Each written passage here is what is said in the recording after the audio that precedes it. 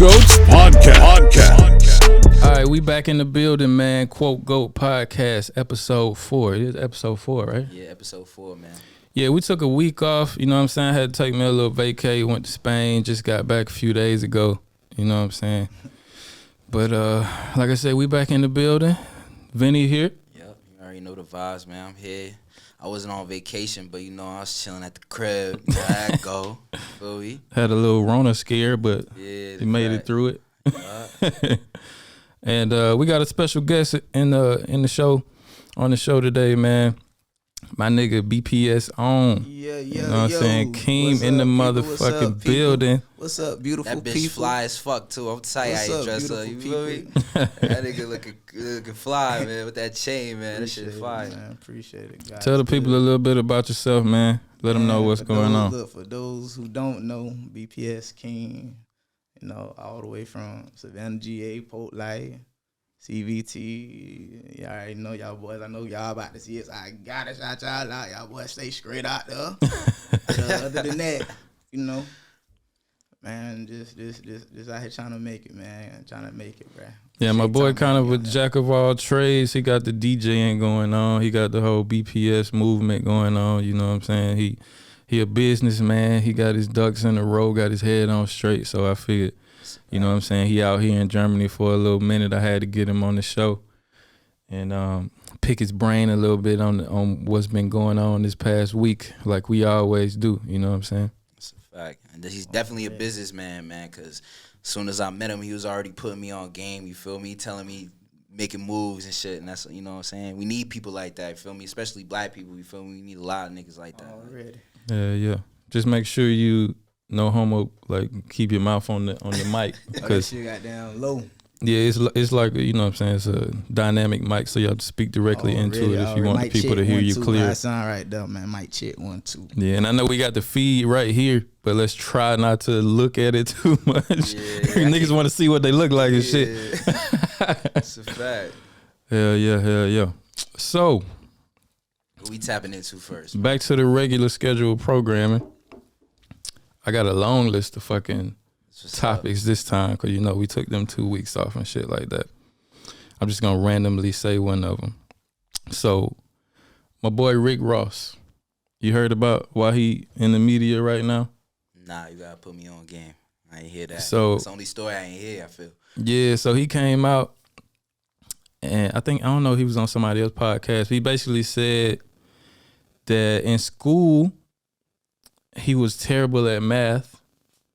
And he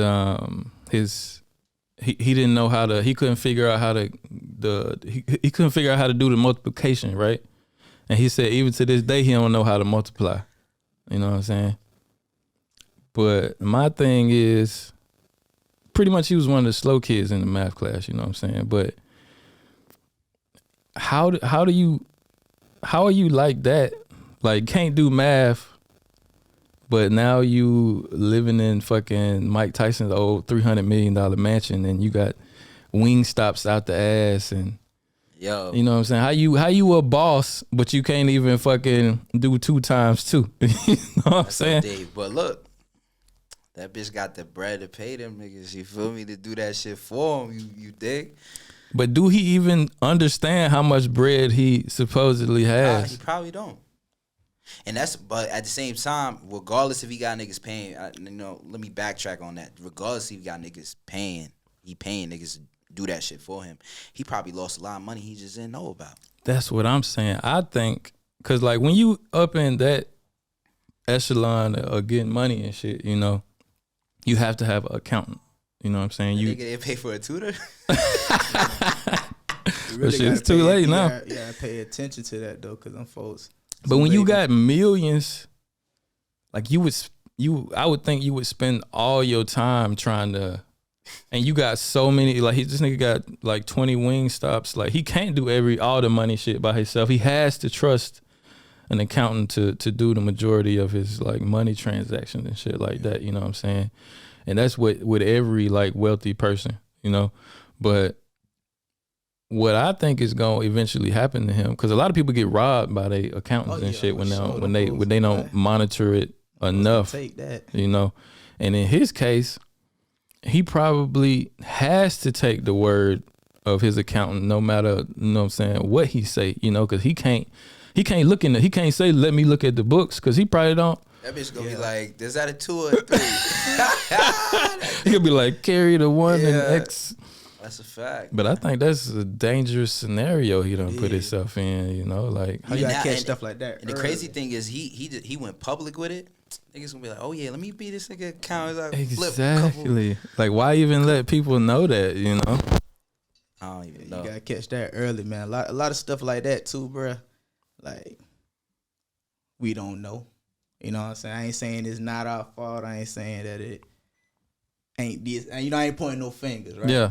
But at the same time, you're right. When you do get in a situation like that and you had the opportunity, it is important to go ahead and make sure you get out on top of that early. Like, I need to already see these audits out the gate. I'm not waiting 10 years before I take my first look at the book type shit. You feel me? But, Yeah. You know, so I don't really know bruh situation. But, you know, shout out to that boy Ross, got down. Just keep working, man. He is doing some boss moves, though, you know what I'm saying? He really, and outside of music, you know, because I don't think he couldn't have made majority of his money, like, with music, you know what I'm saying? Ross always puts out quality music, you know, in my opinion. It might not be, like, the hottest mainstream shit now, but it's always some shit you can put on and let ride, you know what I'm saying? Yeah, back in the day at some point. Yeah. I can say this though, man. Shout out to that nigga that's gonna tutor him, because he probably about to get the bag.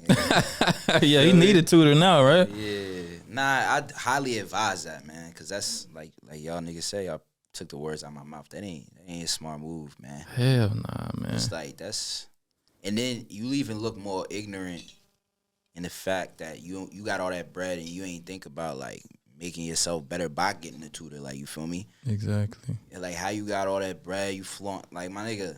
Now at the end of the day, that nigga got all types of cars, Rolls Royces, all this, that, you know what I mean? But niggas gonna be like, my nigga, you can't do multiplication, my nigga. Yeah. Fuck it. Like, I just thought I just think it's wild, and I think it's gonna bite him in the ass eventually, like when it come down to it, because a lot of celebrities. I think Wesley Snipes went to prison because his accountant fucked up some shit with his taxes or some shit like that. Like, it wasn't his fault, you know. He was just letting his accountant do everything, and his accountant wasn't paying his taxes and shit. At the end of the day, it's Wesley Snipes' money. You know what I'm saying? So when they come audit your ass, I don't think they lock up the accountant. They locking your ass up. You know what I'm saying? Probably, and on top of it, probably because they couldn't really, you know, clearly niggas is probably flipping that shit to where that shit don't fall on them either. Like, you know, hiding the money and shit. Like, so of course he probably made sure that shit fell in was, you know, in his name and shit. Yeah, it's a dirty game, man. It's a dirty game. A lot of times the boys be having them contracts, and you know, 9 times out of 10, if you don't have somebody that's gonna really tell you what's going on with that paperwork, you'll be lost if you don't dive in it yourself. Yeah, man. There be motherfuckers that can't read the contract. Shit crazy. Nigga, I don't know, man. I mean, the way they structure contracts normally, like the language that they be putting in them motherfuckers be so fucking. They be using the biggest words possible to confuse the shit out of your ass in the fine print. You know what I'm saying? So you gotta get a lawyer. Like, you gotta trust a lot of people when you get up into them big stages like Rick Ross. You gotta trust lawyers with his legal shit. You gotta trust his fucking accountants. You gotta trust his whole team, because he can't do it all by himself. It's a fact. Now, I know some people like who step into the big lane like of business, but when it comes to that much money, and they normally get, like, I don't know, the wife learn how to do the books and shit. Like, you know, they go to college for that. Some people, some people do that. You build around. Yeah, you feel me? But then you gotta trust your wife with that shit. Yeah, but shit, you gotta trust somebody. Normally, I mean, that would be the first person you can trust, but again, when you get up into these upper echelons of money, she could leave your ass at any time and take half. Shit, unless you, what's that nigga name? Jeff Bezos, fucking Bill Gates. Jeff Bezos had to give his wife billions, nigga. That's what I'm saying, but at the end of the day, that nigga make $1 billion probably like every 5 minutes. Nigga stole like 100 something. Niggas be like, all right, bet I'm gonna make that in like 5 minutes. Nigga, like, I ain't worried. Yeah, in his case, it was. I still think she got too much money, because You know, she wasn't with that nigga. Was she? I don't know if she was with that nigga shooting in the gym, but I don't think she did enough to merit getting whatever $300 billion or whatever shit. Like that was this nigga. Like he came up with that plan. He did that shit. And I think in them cases, like it should be some kind of court stipulation to where like you get a set, like it should be a cap on how much a woman can get in a divorce. Yeah, that's a fact. I believe in that. That's the system, man. The system really outdated. It's just like even with the child support system. Yeah. I ain't got no kids or nothing like that, but just seeing and hearing other, stories and testimonies from other folks, you can tell that the system really broken. It's geared against men and for women. Oh yeah. Yeah. Yeah, that's a fact. 100%. Even with mental, you know what I'm saying? They want you to, our mind's domesticated, man. Like we domesticated since. Yeah. And I think all them shits was written like that when women didn't have as many rights as they have today. Or who else? Us. Yeah. Exactly. But mostly the whole dynamic between man and woman, because around this in the same sense, like it was like the civil, like the when black people was fighting for rights, like women was kind of like white women kind of co-opted that whole thing and fought for their rights too at the same time. You know what I'm saying? And that brought feminism and it brought all that shit out. But my original point is like when they wrote all them laws and stipulations as far as marriage and divorce and shit, it favored women so heavily because they didn't like if it was more of a detriment to them back then if they was with a man and got divorced and shit, because they didn't even have like rights to like work like they can now and vote and all that shit. Like they would just be stuck out, you know what I'm saying? So that like a dude had to give her money so she could maintain some type of lifestyle. But nowadays a bitch can go get a motherfucking job. You know? But some of these bitches don't still though. They still not getting paid and shit as much as men and stuff like that. That shit is. So you believe in the gender pay gap? Yeah, of course. I feel like we gotta talk about that because I do not believe in it. Nah, I believe in it because look, bro. At the end of the day, we all and this is my opinion, nigga. Like we all individuals. You feel me? Like we live in a totally different time now. Like you feel me? Where niggas is petty. You feel me? Like you got wives out there that do sacrifice. You feel me? Like they make a move because of their husband. They sacrifice what they got going on. You feel me? And then. At the end of the day, men could be men too and fuck around and leave, and feel me? Mm-hmm. And they home taking care of the child, taking care of the kid, and this and the next thing, and they don't get nothing, you feel me? Now getting paid, like now if everybody got the same equal right when it came to pay and shit like that, and then bitches won't really depend on niggas, and they can also change it to like what you said, update the system to where.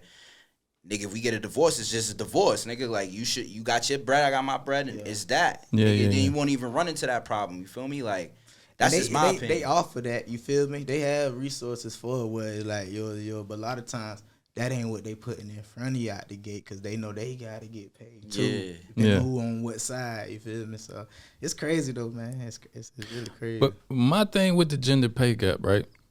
Because they say women get paid like a certain percentage less than men. It's like, I don't know, 3 or 4% less than men.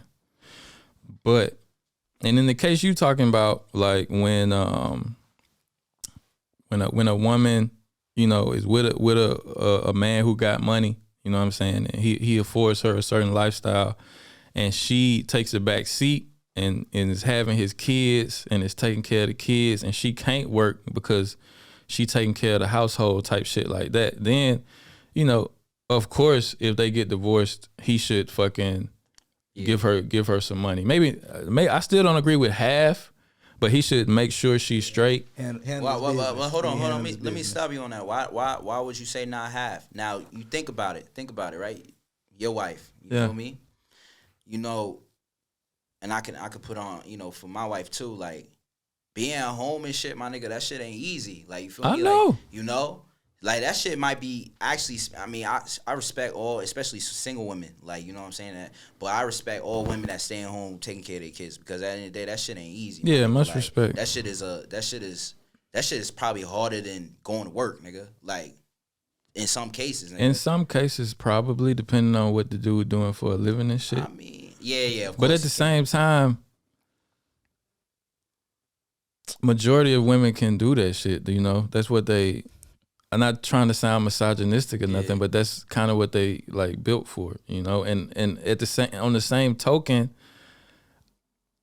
men, it's single, like, men parents out there too that's doing the same shit, you know what I'm saying? And Got your stay at home dads. yeah, stay at home dads and shit too. But I'm not trying to like discount what women do when they decide to be because my wife take care of our kids, but at the same time we got a nanny and shit too, you know. And that's because she still wants to pursue a career. So I got the nanny for her so she could still like do what she needed to do, and shit like that. But what I'm saying is, you got me off my other point with the pay gap. That's with child rearing and like taking care of kids. That's the only thing that is kind of real about the whole gender pay gap situation, because companies, like, it's illegal for companies to pay women less than men. You know what I'm saying? Like, it's really no positions where a woman can go, like a man and a woman can go in for the same job with the same salary, and the company cannot just say, okay, I'm gonna pay you less because you're a woman. You know what I'm saying? Like, but women choose different jobs than men. You know, they choose like more personable, like hospitality wise jobs, and men like typically choose like harder physical paying jobs or like boardroom jobs and shit like that. I disagree with that though, because that's only because it's the norm, bro. Like, there's a lot of women today that want, I mean, even when we was in the military and shit like that, there was women that wanted to be infantry and shit like that. But they can't. Yeah, which I understand. I'm just saying, like, the only reason why women take these type of jobs, because these are the type of jobs that and we normalize that shit. You feel me? So they put like, in front society and normalize that. But there's a lot of women, that's the whole point about like the feminist movement and shit like that during that time period. Bro, there's a lot of women that, you know, they want to, like, for example, they want to own their own businesses and stuff like that. And but they can. Nah, but they can, but it's kind of like with, okay, for example, it's kind of like how white people got white privilege over black people, you feel me? Mm-hmm. It's the same thing like when it comes to women. Like, nobody really wants to give that loan or whatever for somebody to open up that business because she's a woman. You feel me? They don't. A lot of men in this world don't feel like women can do these type of things. That's why we haven't had a female president either. It's the same aspect, bro. Like, my point is things are changing. Like, you feel me? Things are changing. I feel like, me personally, like I said, man, you got your own opinion. I feel like, nigga, just make that shit equal for everybody, my nigga. Like, if the girl if the woman want to do this job, let her get paid as much as, you know, feel me? Like, what's the big deal, but nigga? My point is, they do get paid as much though. Like, just like some banks will fucking give a woman a loan before they'll give a man, because they'll feel like the woman will be more responsible with the money. You know what I'm saying? Like, my point is, everybody got equal opportunity these days. You know what I'm saying? And it's no, like I said, ain't no companies like really blatantly do that shit, paying women less. You know what I'm saying? Or like, say it's a boardroom job, right? And it's a salaried job, and a man and a woman are up for it, right? It's a set amount that whoever get the job gonna get paid, you know? Okay, say in this universe, the man get the job. In this universe, the woman get the job. You know what I'm saying? They both got the same salary. But when it's time for a promotion, now they got to negotiate about how much they raise is going to be. You know what I'm saying? And women are typically more agreeable and less aggressive in negotiating in those circumstances. A man is going to stand up, you know, and say, I want this. Like, more typically, he gonna push harder to get more money, when the woman typically is gonna either take whatever they offering, or she ain't gonna push back too much and end up probably negotiating less than the man. You know what I'm saying? I get you, and I would also say that, but there also are women that are like that too. Because you said typically. I get what you're saying on the average, but just the fact that there are women that would push for it too is why you have to make something like that, because then it's these women that run into that problem. So you saying it should be some kind of affirmative action for women and shit? Yeah, that's how I feel, bro. Like, I don't really believe in affirmative action either, though. yeah, I mean, Niggas, motherfuckers need to get how they fucking live out here, man. Ain't nobody handing me shit, and I don't believe in handing motherfuckers shit when you can. It's always gonna be a wall in front of you. It's always gonna be somebody telling you no. It's always gonna be some kind of obstacle. You know what I'm saying? And the only obstacle, like, I'm not a woman, but I can, like, that 4% in the pay gap is maternity leave. Women have that caveat when it comes to like working and making money. That's where the gap is, because a lot of women have to take time off of work to raise kids and men don't. You know what I'm saying? And I don't see what type of affirmative action thing they can come up with to counteract women having to, like, that comes down to a choice with women. You know, they have to choose. Maybe it ain't fair, but that's just how nature made it. You know what I'm saying? They have to choose. Do I want to be a career woman and compete with these men out here and not have to take maternity leave?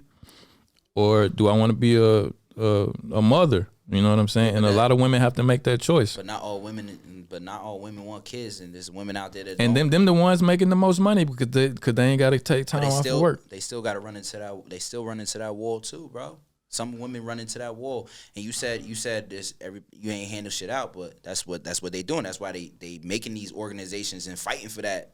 They trying to do basically exactly what you're saying. You gotta fight for it. Yeah, they doing it. They doing. But it's like, I think Tommy said no. Nigga. Yeah, I'm not. I'm just saying, like, just imagine you the company, you know, and you got, you know, how it is today. You got to have maybe 50-50. You got fucking 5 chicks working for you, and you got 5 dudes working for you, and 3 of these chicks get pregnant. I feel you. Now listen, 3 of these chicks get knocked up. You know what I'm saying? And they come out with some crazy law that you gotta pay them exactly what you was paying them before for as long as they want to take off to raise their kids, you know.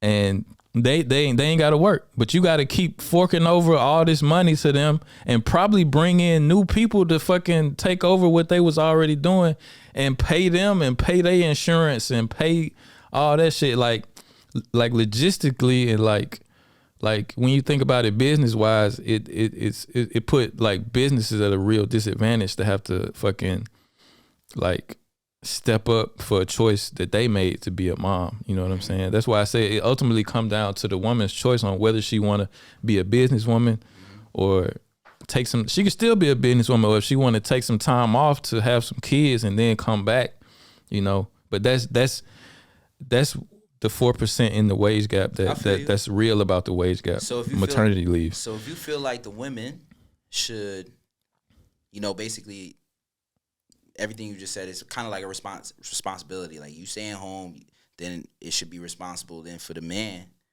to be able to get that half when niggas is asking for that half at the court. Nah. Why? Why not? You basically saying I said they should get something, but not half every time. You know what I'm saying? Especially if you Bill Gates rich. Like, his wife would have been cool with a cool 20 million or some shit. She would have been straight. She could go sit her ass down somewhere. Nah, but Bill Gates' wife actually helped him build that empire, though. That's a fact. Watch a documentary on it. Bill Gates or the owner of Amazon? I'm talking about Bill Gates, because you said Bill Gates. That bitch ain't built no computers, nigga. Nah, she helped. She was a big part of that organization. How? Nigga. You saw some shit. Tell me how she helped. Nigga, I ain't about to get into that bitch. But I'm telling you, look. Okay, maybe she helped a little bit, but did she help half? Did she help enough to get half? I mean, Bill Gates. I don't even think they got kids. They got kids. Bill Gates got kids. Does he? I'm finna Google that shit right now. Yo, just let y'all know, Tommy not giving half. You feel me? Like, nah, half. I think you should give enough to where they straight and they can go on by their way and make some shit for themselves. But in some cases, like, men have to pay alimony for the rest of a woman's life, and she ain't got to do shit. Like, If we divorced for 10 years, bitch, But they got and you options. ain't got some other shit going on Hold for yourself. They got options. Then you need to be responsible. Get that prenup. Come on. I'm just keeping it a rack, nigga. That's what. In it's what dead for situation? That, In what it's situation? Dead for niggas like you.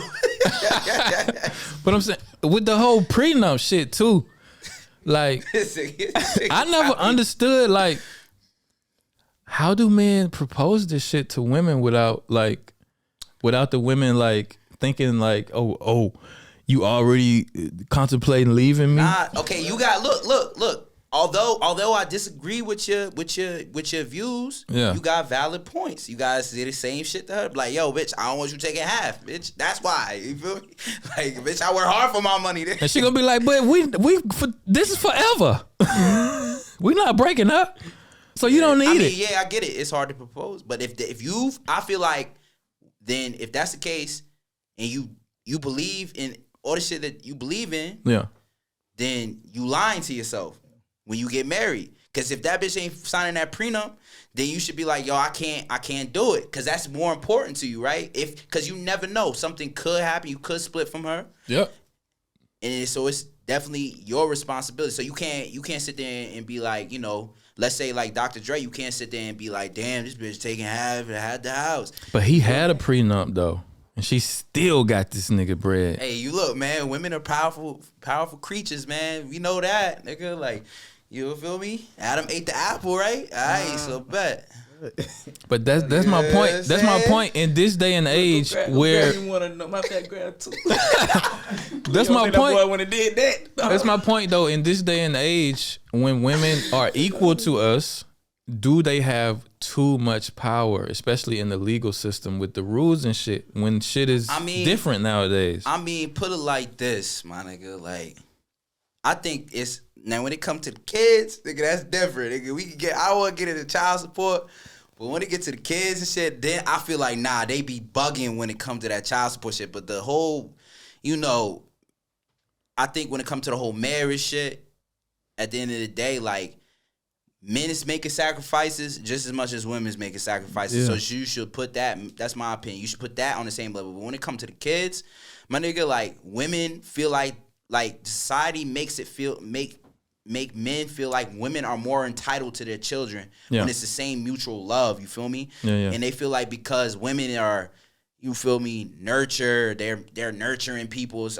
nigga. I know single fathers that go out there and they bust their ass, my nigga, like, and maybe the mom passed away or something. They ain't even got no spouse or nothing, and they had to do it. You feel me? Yeah. So when it comes to the kids, like Kevin Hart in the Netflix shit. Yeah, like when it comes to the kids, my nigga, like, the courts is definitely wilding when it comes to shit like that. Like, for real, like. That shit that's OD. that domestication, man. That nigga love that. Yeah, that's a fact. That's a fact, though. That's the only way I can stamp on it. Yeah. You only do what you know and what you taught, and Yeah, that's a fact. When it is time to break away, it's hard. Ain't no breaking away. I'm struggling right now. I'm telling you, like, it's hard, but it's there. It's really in all of us, for real. Yeah, that's a fact. It's really in all of us, but. But you got good points, though. Like, I get you. Like, I feel you. I definitely feel you on that shit. It's kind of like I said, man, when it come, I think my biggest thing is the kids, man. Like, like, I've been hearing, like, I don't know, I don't want to put a nigga name out there, but you know what I'm saying? I'll tell you a little quick story. Like, for example, you know how the way the military operate with child support is OD, nigga. I don't really know, though. Yeah, well, okay, so, like, my man's, his baby moms lived in Florida. They got divorced before he came to Germany.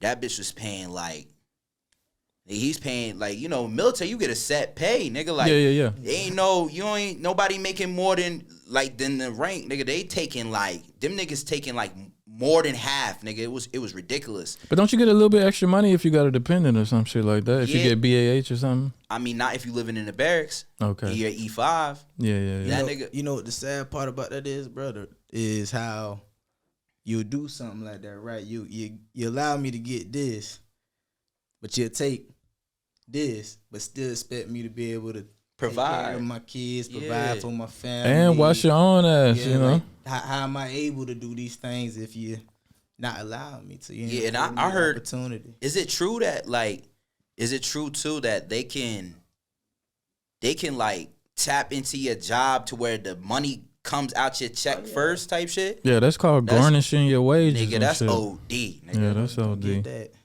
That's OD. Like, Definitely come get and there's some, like, I ain't, you know what I'm saying? I'm not saying that, of course, there's some niggas out there that it's like, my nigga, you gotta pay child support.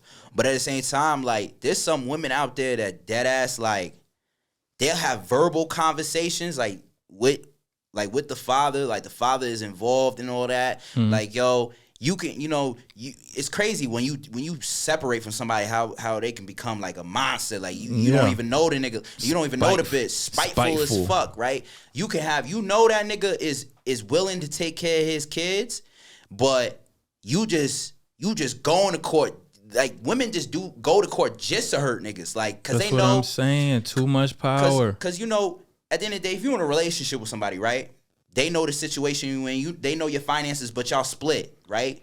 And okay, you have that verbal conversation, like, I know we divorced, like we split up or whatever, but you know my situation. I'm gonna do what I can for the kids. Bitches be like, nope, I'm going to court. I'm gonna get everything I can get out of your ass, nigga. Now them the type of bitches, my nigga, like, nah. Them bitches gotta suffer, nigga. That's what I'm saying. You got chicks out here like Britney Renner. Praying on niggas. Yeah, that's OD. You know what Britney Renner is? The Instagram chick. Nah, She one of them big booty Instagram models and shit, you know. She mixed. She been on the gram showing her ass for years, you know what I'm saying, doing fucking club walkthroughs here and there for the 5,000. She getting booked. Oh. Yeah, she getting booked, you know what I'm saying? She been on like Academics and Vlad talking shit, you know what I'm saying? And let me rethink her whole story. So it's this dude that just got drafted into the NBA, PJ Washington. He played for, I think, Kentucky before that, and she was kind of grooming him since he was playing for Kentucky because he was a star there. You know what I'm saying? So she would go to the games, put her bid in on him. Oh, man. And mind you, she was trying to be the new Superhead. Like, she wrote a book. You remember Superhead, right? You remember Superhead? Karen, whatever. The bitch that was going around sucking out everybody's dick in the industry and then wrote a book. When I was younger, nigga, we used to skip that part of it, man. Oh, okay. Get to the fuck. See a nigga dick, man. Get to But she was pretty much fucking a whole bunch of industry niggas. I might have missed Superhead. Yeah, but she was fucking a whole bunch of industry motherfuckers and shit, and then wrote a book telling everybody about it and shit. But it's Superhead. No, that's Britney Renner right there. Oh, okay. But anyway, she was trying to be the new and improved Superhead. She fucked a whole bunch of dudes with money and then wrote a book about it and shit.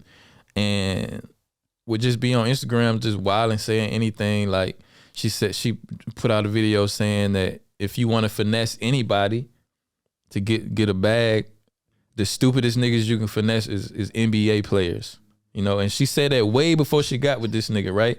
So she groomed him. He got in the NBA, got like a, $20 million contract or some shit. Then she got pregnant by the nigga. Soon as the baby popped out, ghost. You know what I'm saying? And the rumor was she was getting like $200,000 a month for child support, but she say that ain't true.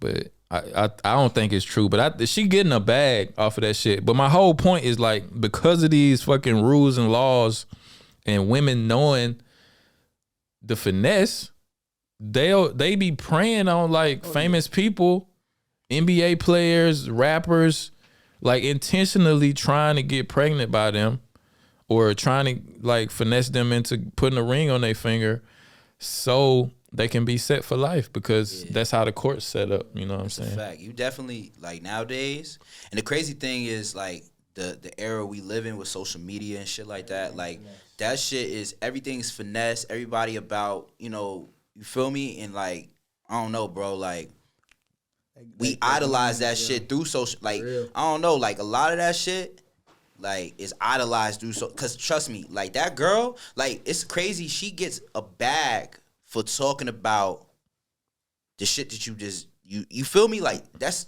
some fucked up shit. Like, if you really think about it, yeah, she really getting a bag off of the fact that she did somebody dirty like that, and in social media, we live in a dangerous era, bro. Like niggas idolize that shit. There's young girls that's looking up to that shit. You feel me? And it's just like that's why they have to change. Like you said in the beginning, like they gotta update certain things when it comes down to like for protection. You know, for everybody, not just women. Like just in general, bro. Yeah. I ain't even trying to be on no side. Like in general. Like, everything needs to be redone, bro, because that shit is crazy, bro. Like, how, you know, what we see on, like, some shit I be seeing on social media, I'll be like, yo, my nigga, like. All the fuckery gets pushed to the top on social media, though. If you're doing some fuck shit, some shit that's gonna rile the motherfucker up, that's the shit that everybody want to see. Yeah, you know bro, but still, though, like, yeah, you're right, I get it. Social media. Yeah, that is what social media is all about. But at the same time, you like these kids be on this shit, bro. That's the thing. Yeah. You know, it's like the shit with like, you know, I know like Kanye be like, you know, this is kind of off topic, but you know Kanye was wilding like with the whole TikTok shit.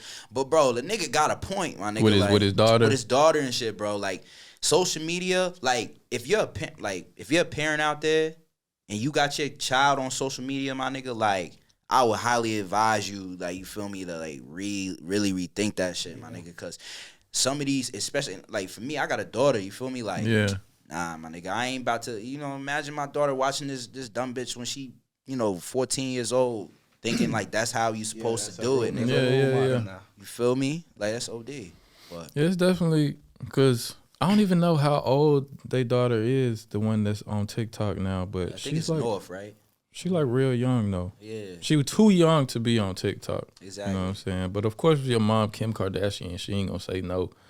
You know what I'm saying? But me, like my son, he don't have his own account or nothing like that, and he don't like get to work or control his image on social media. But me and my wife, if we doing some shit with him, like we'll post, like we post him in our story if he doing some cute shit. Yeah, that's different. But y'all, you two are managing that.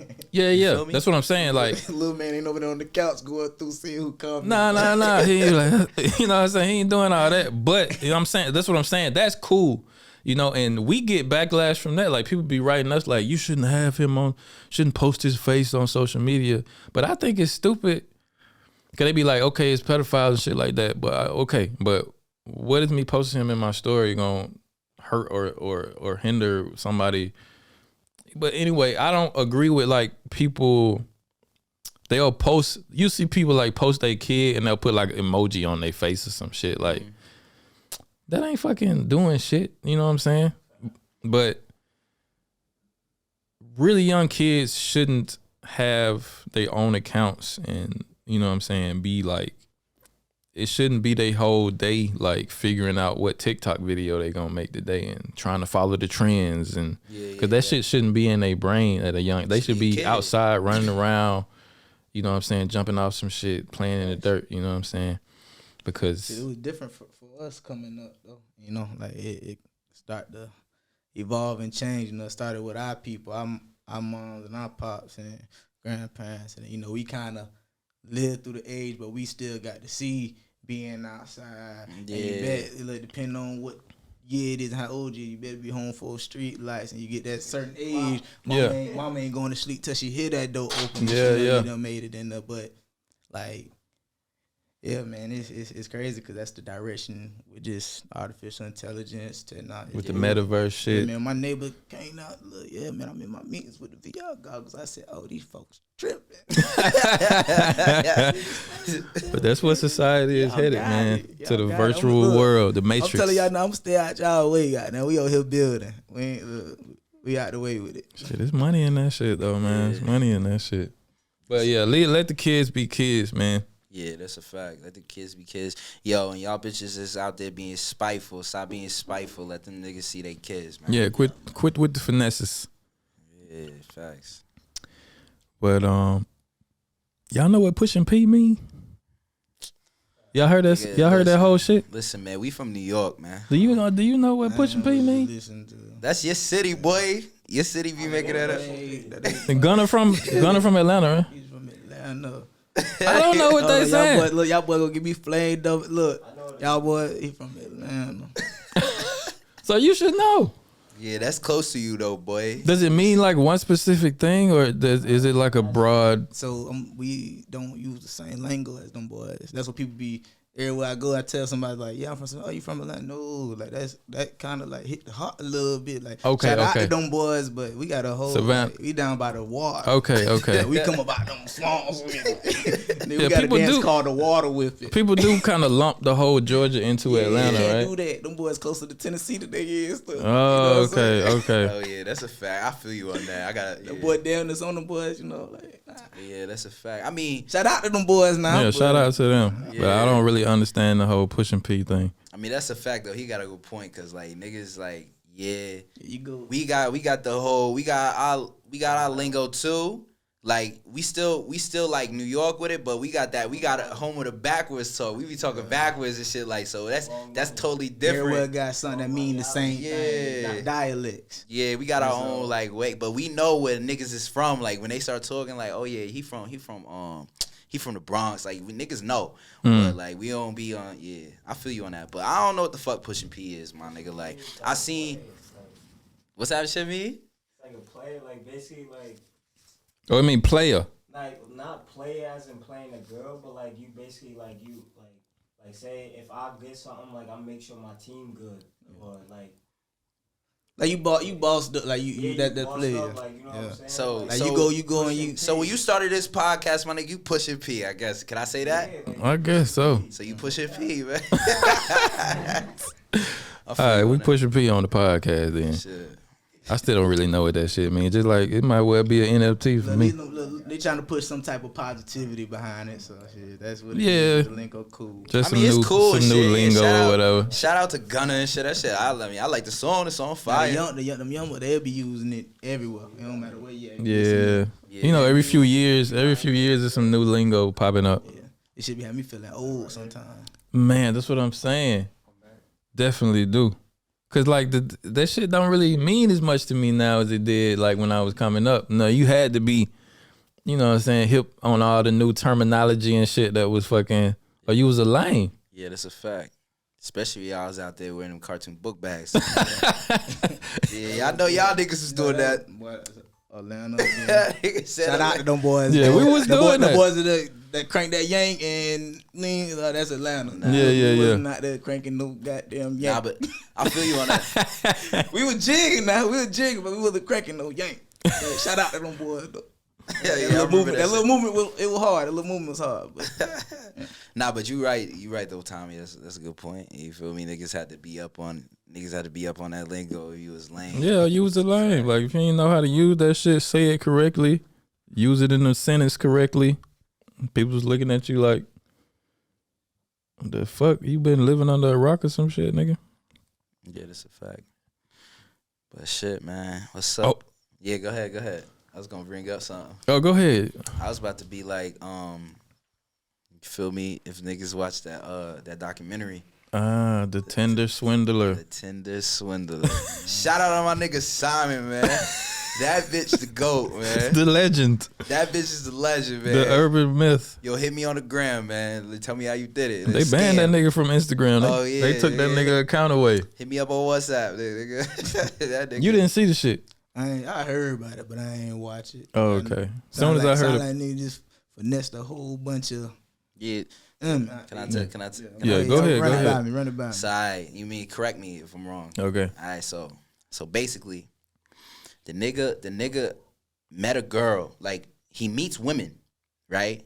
So if, for example, he met a girl and he was like he make it seem like he take him on a first date. First date, they go into like I can't think of what's a place that's like high end that I can. He took her on a private jet the first day. Yeah, okay, private jet first date. Yeah, he not He wasn't playing. playing, not at all. Yo, you know. That boy at the And gate. look, you gotta think. He taking like somebody who ain't never been on a private jet. You feel me? Yeah. So Blowing her mind. it's blowing her mind. Facts. That's what I was. blowing her European mind. women too, so they like, you know how they get Yeah. impressed. I mean, pretty easily. I seen a post he posted on Instagram about Germany. When Oh yeah. But look, But keep going with the story. though. So look, son. He put her on the private jet. You know, she's like, yo, like I ain't never been on a private jet. She all with the camera, like Yeah, she with the camera. He give her a kiss, blah, blah, blah. He like, I bet. Like, he, that was the first date. She go home, blah, blah, blah. And then they, like, have, like, a little long-distance relationship. You feel me? They having, like... So, sometimes in the periods, he want to text her. But then he'll be like, yeah, I'm sorry, I was doing this. I'm business trip, da-da-da-da-da. So, then it switches to, like, another story, like, another situation where he'll stop texting her. And then it was basically like another woman he was talking to and basically doing the same thing to her. So that boy had a pyramid. Yeah, so he had like a pyramid. That's the point I want to make. He have like a pyramid of women.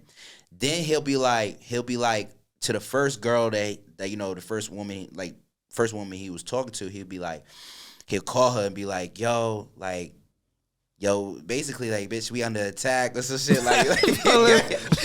let me jump in here. Let me try to streamline the story a little bit. Everything he said was accurate, you know what I'm saying? But pretty much, like, to roll it up a little shorter, like, he was on Tinder, right? He had, you know what I'm saying, the account, you know what I'm saying, with the pictures and the private jets and the Ferraris and, the stacks of money. Anything in the Blazers, the Louis, the Gucci, the Prada, he had, you know what I'm saying, the whole shebang, you know what I'm saying? And that's how he would reel the women in, because every chick was on there looking for his type, you know what I'm saying? And they would write him, they would match. He would ask the bitch out for a date. He would do something extravagant, like he was saying.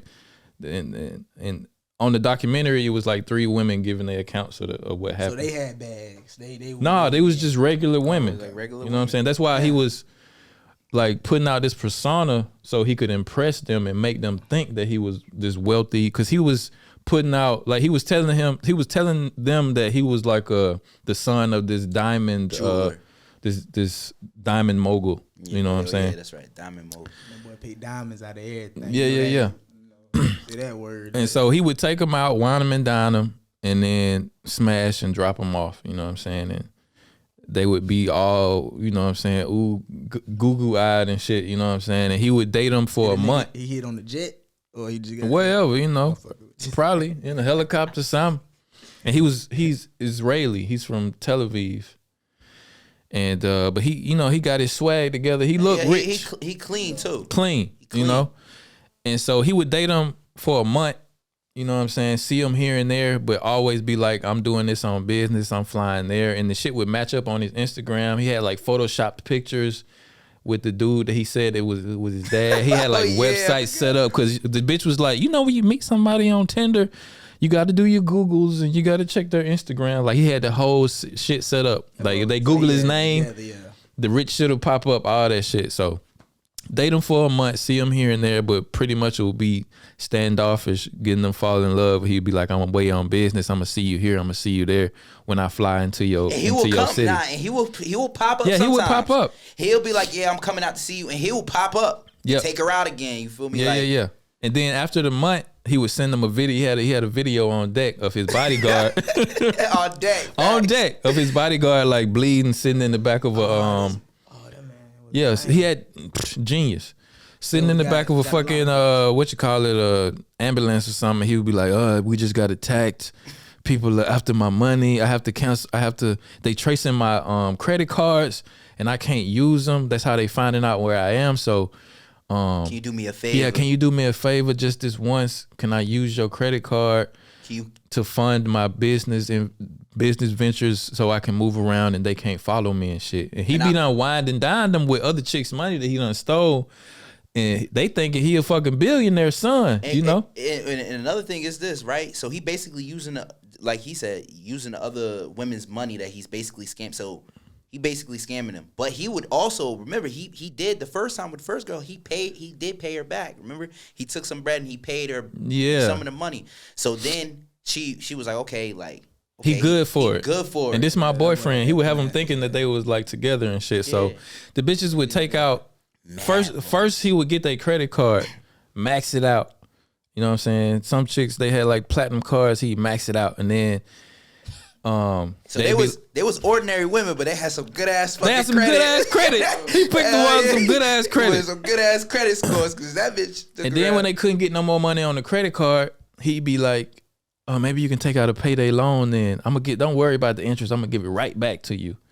And these chicks was running up $250,000 in payday loans. Like every other week, he would write them and be like, "Yeah, I ran out of money for this business trip. I need to book this jet. You know, I need to book it for my whole team type shit." And they'd be like, "Okay." They'd be like, One of the shorties though was like wasn't dating him. They was friends, and she looked like she had the bag. The second girl. "Yeah, the second girl." She seemed like she had the bag. Cause he even told her he had a girlfriend and shit. Mm-hmm. Yeah. Cause he hit her at the end. Like, Yeah. He hit her at the end saying like basically like, "Yo, can I borrow bread?" Yeah. Remember? Yeah. Cause she was out there partying with the nigga like with her bread. Yeah. Shit was okay. Crazy.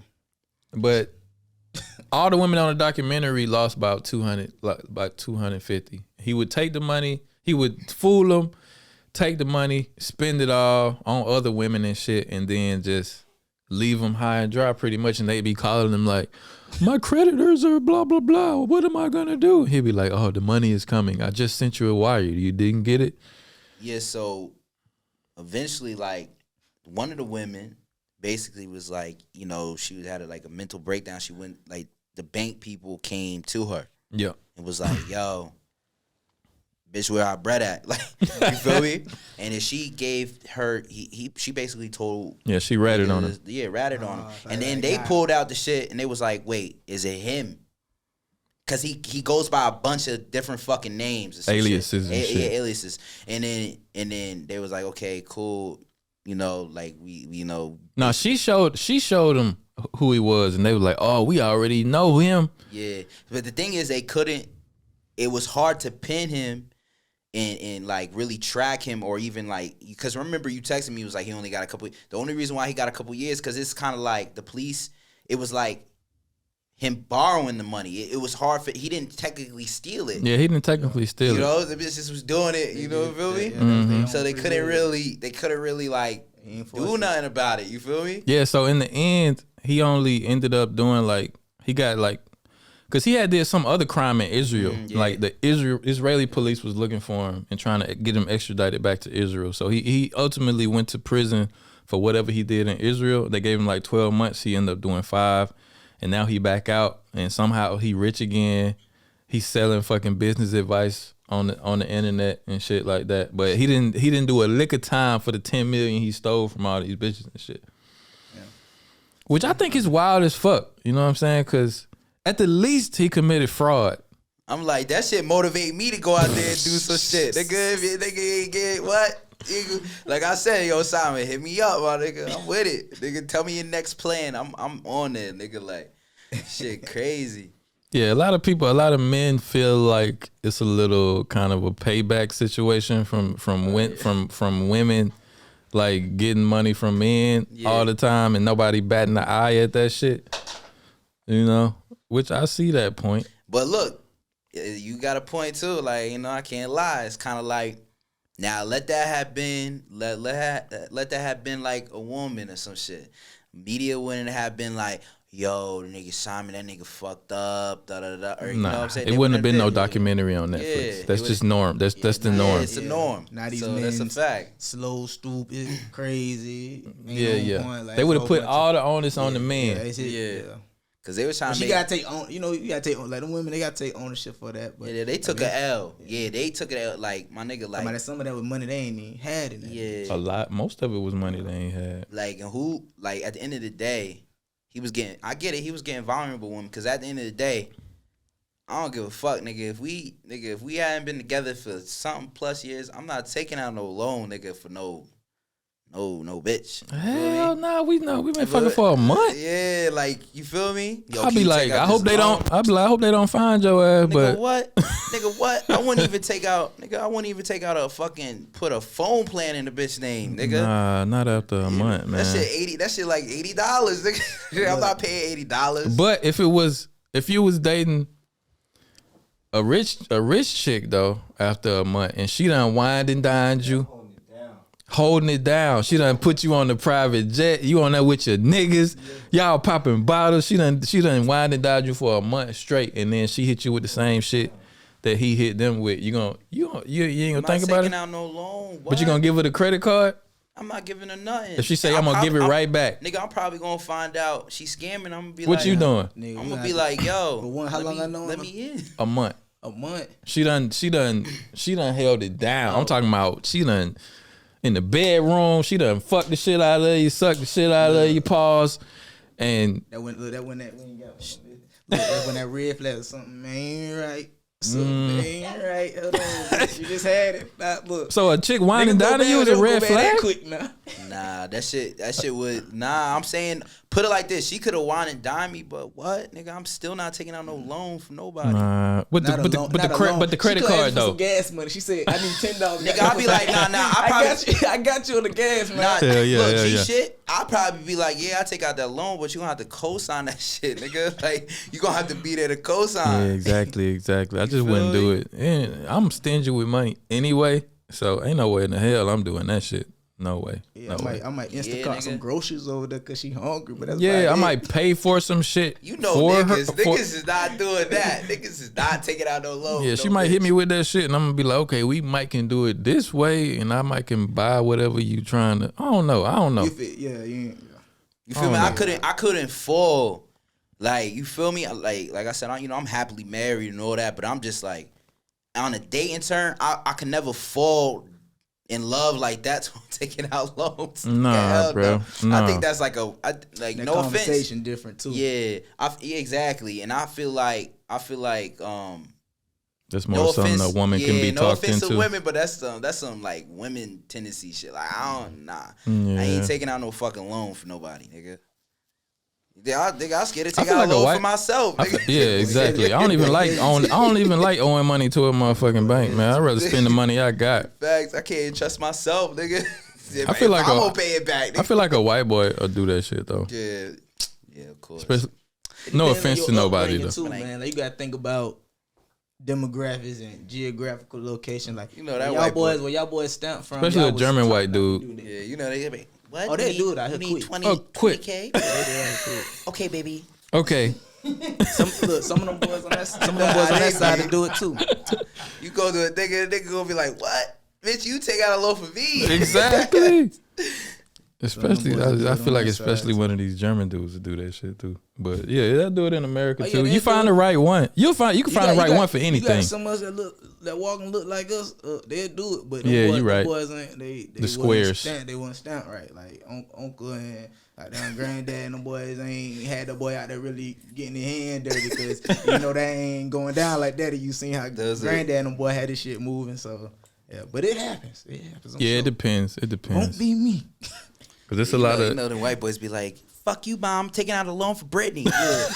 And we're moving out. Look, just in case y'all live out there plotting, I'm telling y'all now, my credit bad. I ain't got it. Mine too. Yeah, that's a fact. Nigga. My American credred bad, but my German credit straight. My American, that's low key. Why I ain't going back to it, man.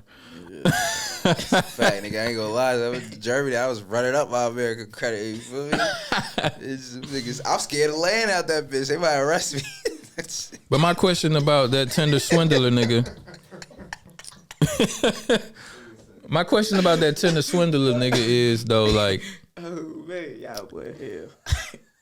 Like, what's next for him? Like, is he gonna continue, like, cause he can't. He banned from Twitter for life. He banned from Instagram. That boy about to have him another count up tomorrow. That bitch, they told that nigga he's banned. That nigga's on there right now. Nigga that put that type of scheme together. Not saying that is right. Not saying, man, bro, you do you. But anybody that can do some shit like that, bro, he done figured it out. Whatever he got going. But what we didn't tell you in the end, because like the mistake he made was not like covering his bases and shit. You know what I'm saying? He was.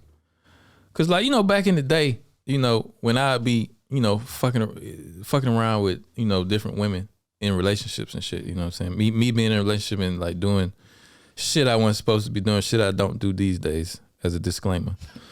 But when you doing shit you're not supposed to do, you know what I'm saying, with a woman, you don't let her take pictures of you.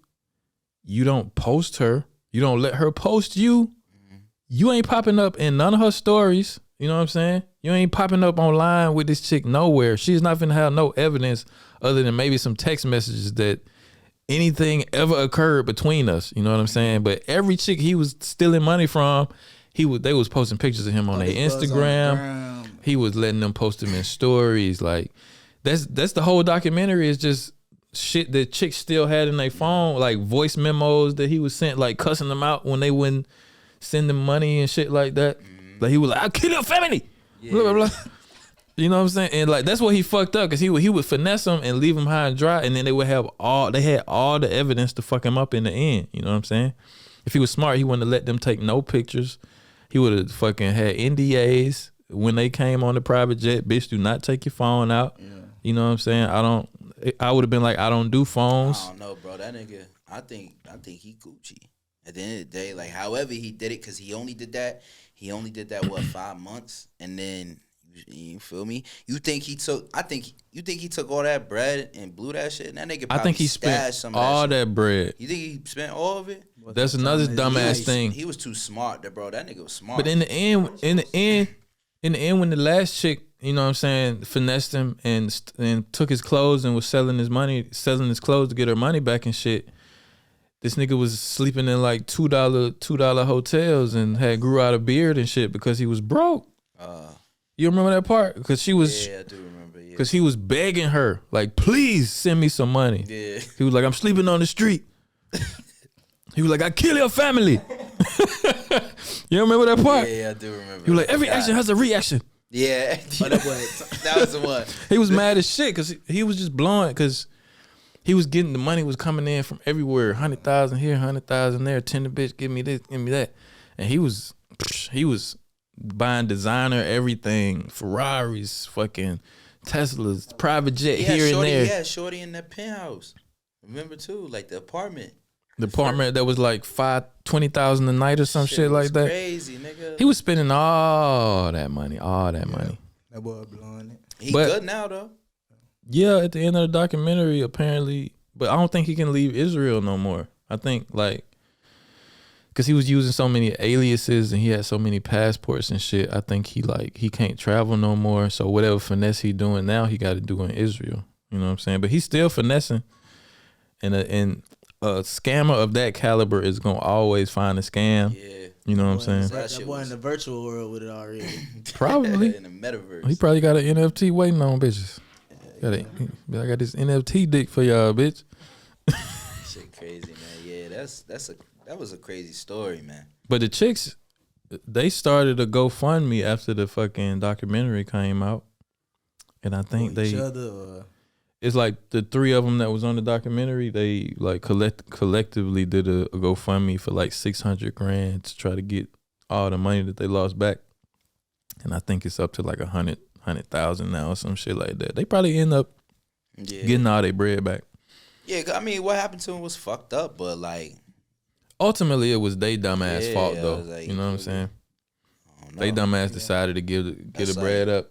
Nigga, that shit is like that's like fucking. You learn that, like you said, you ain't stand like what, nigga, like that's like giving the candy to a kid and be like, yo, come in the van, nigga, we got candy. Kidnap a fucking kid, nigga. Like, you know not to trust everybody. You know you're not supposed to be giving out credit cards and like what? That's crazy. Especially a motherfucker that got people supposedly trying to kill him over money and shit. You gonna give him your money? Yeah. Like they probably if that was real, what's stopped them from trying to come kill you? That's another thing I didn't understand, right? When they was telling the story, like, how the fuck, like they was saying like they were scared and shit. But like nigga, like if anything, I ain't trying. You know how some girls be like, fuck that, I ain't fuck with this nigga. This nigga about to get whacked. Yeah, I'm gonna be in the car with this nigga. That shit, that's accountability though, man. You gotta. Yeah, that's definitely their fault. But I mean, it's fucked up, but it was their fault. Could happen to anybody. Not me though. Not this one. Not me. Nice. I might have been catfished a few times in my life, but I ain't know. That's where I thought the story was going. I thought it was going to a catfish. Like when I first was watching it. I mean, it kind of was a catfish. Yeah, though. I mean, yeah. It was him, but he wasn't the person who he was portraying. Yeah, portraying. Mm-hmm. I was thinking like catfish more on like the way the nigga looked or something. Like Yeah, I thought that's yeah. where the story was going. But Yeah, I thought that too when I was looking at it, but he got them bitches though. he did. Shout out to Simon. Facts. Yeah. Who? French Montana posted him. Oh yeah, bigging him up. Nah, he had a picture with him, right? Oh, for real? He met him. Like and shit. recently? Or just an old picture or something? I think Probably. it was an old picture, right? French posted him. Yeah, he definitely posted him. They Like probably met on a private jet or some yeah, shit. they definitely met. Yeah, they met already before, and then French posted that. Like you saw that shit was weak, man. French Montana, yeah. But yeah, we're gonna see how that shit. But I mean, you believe in karma and shit?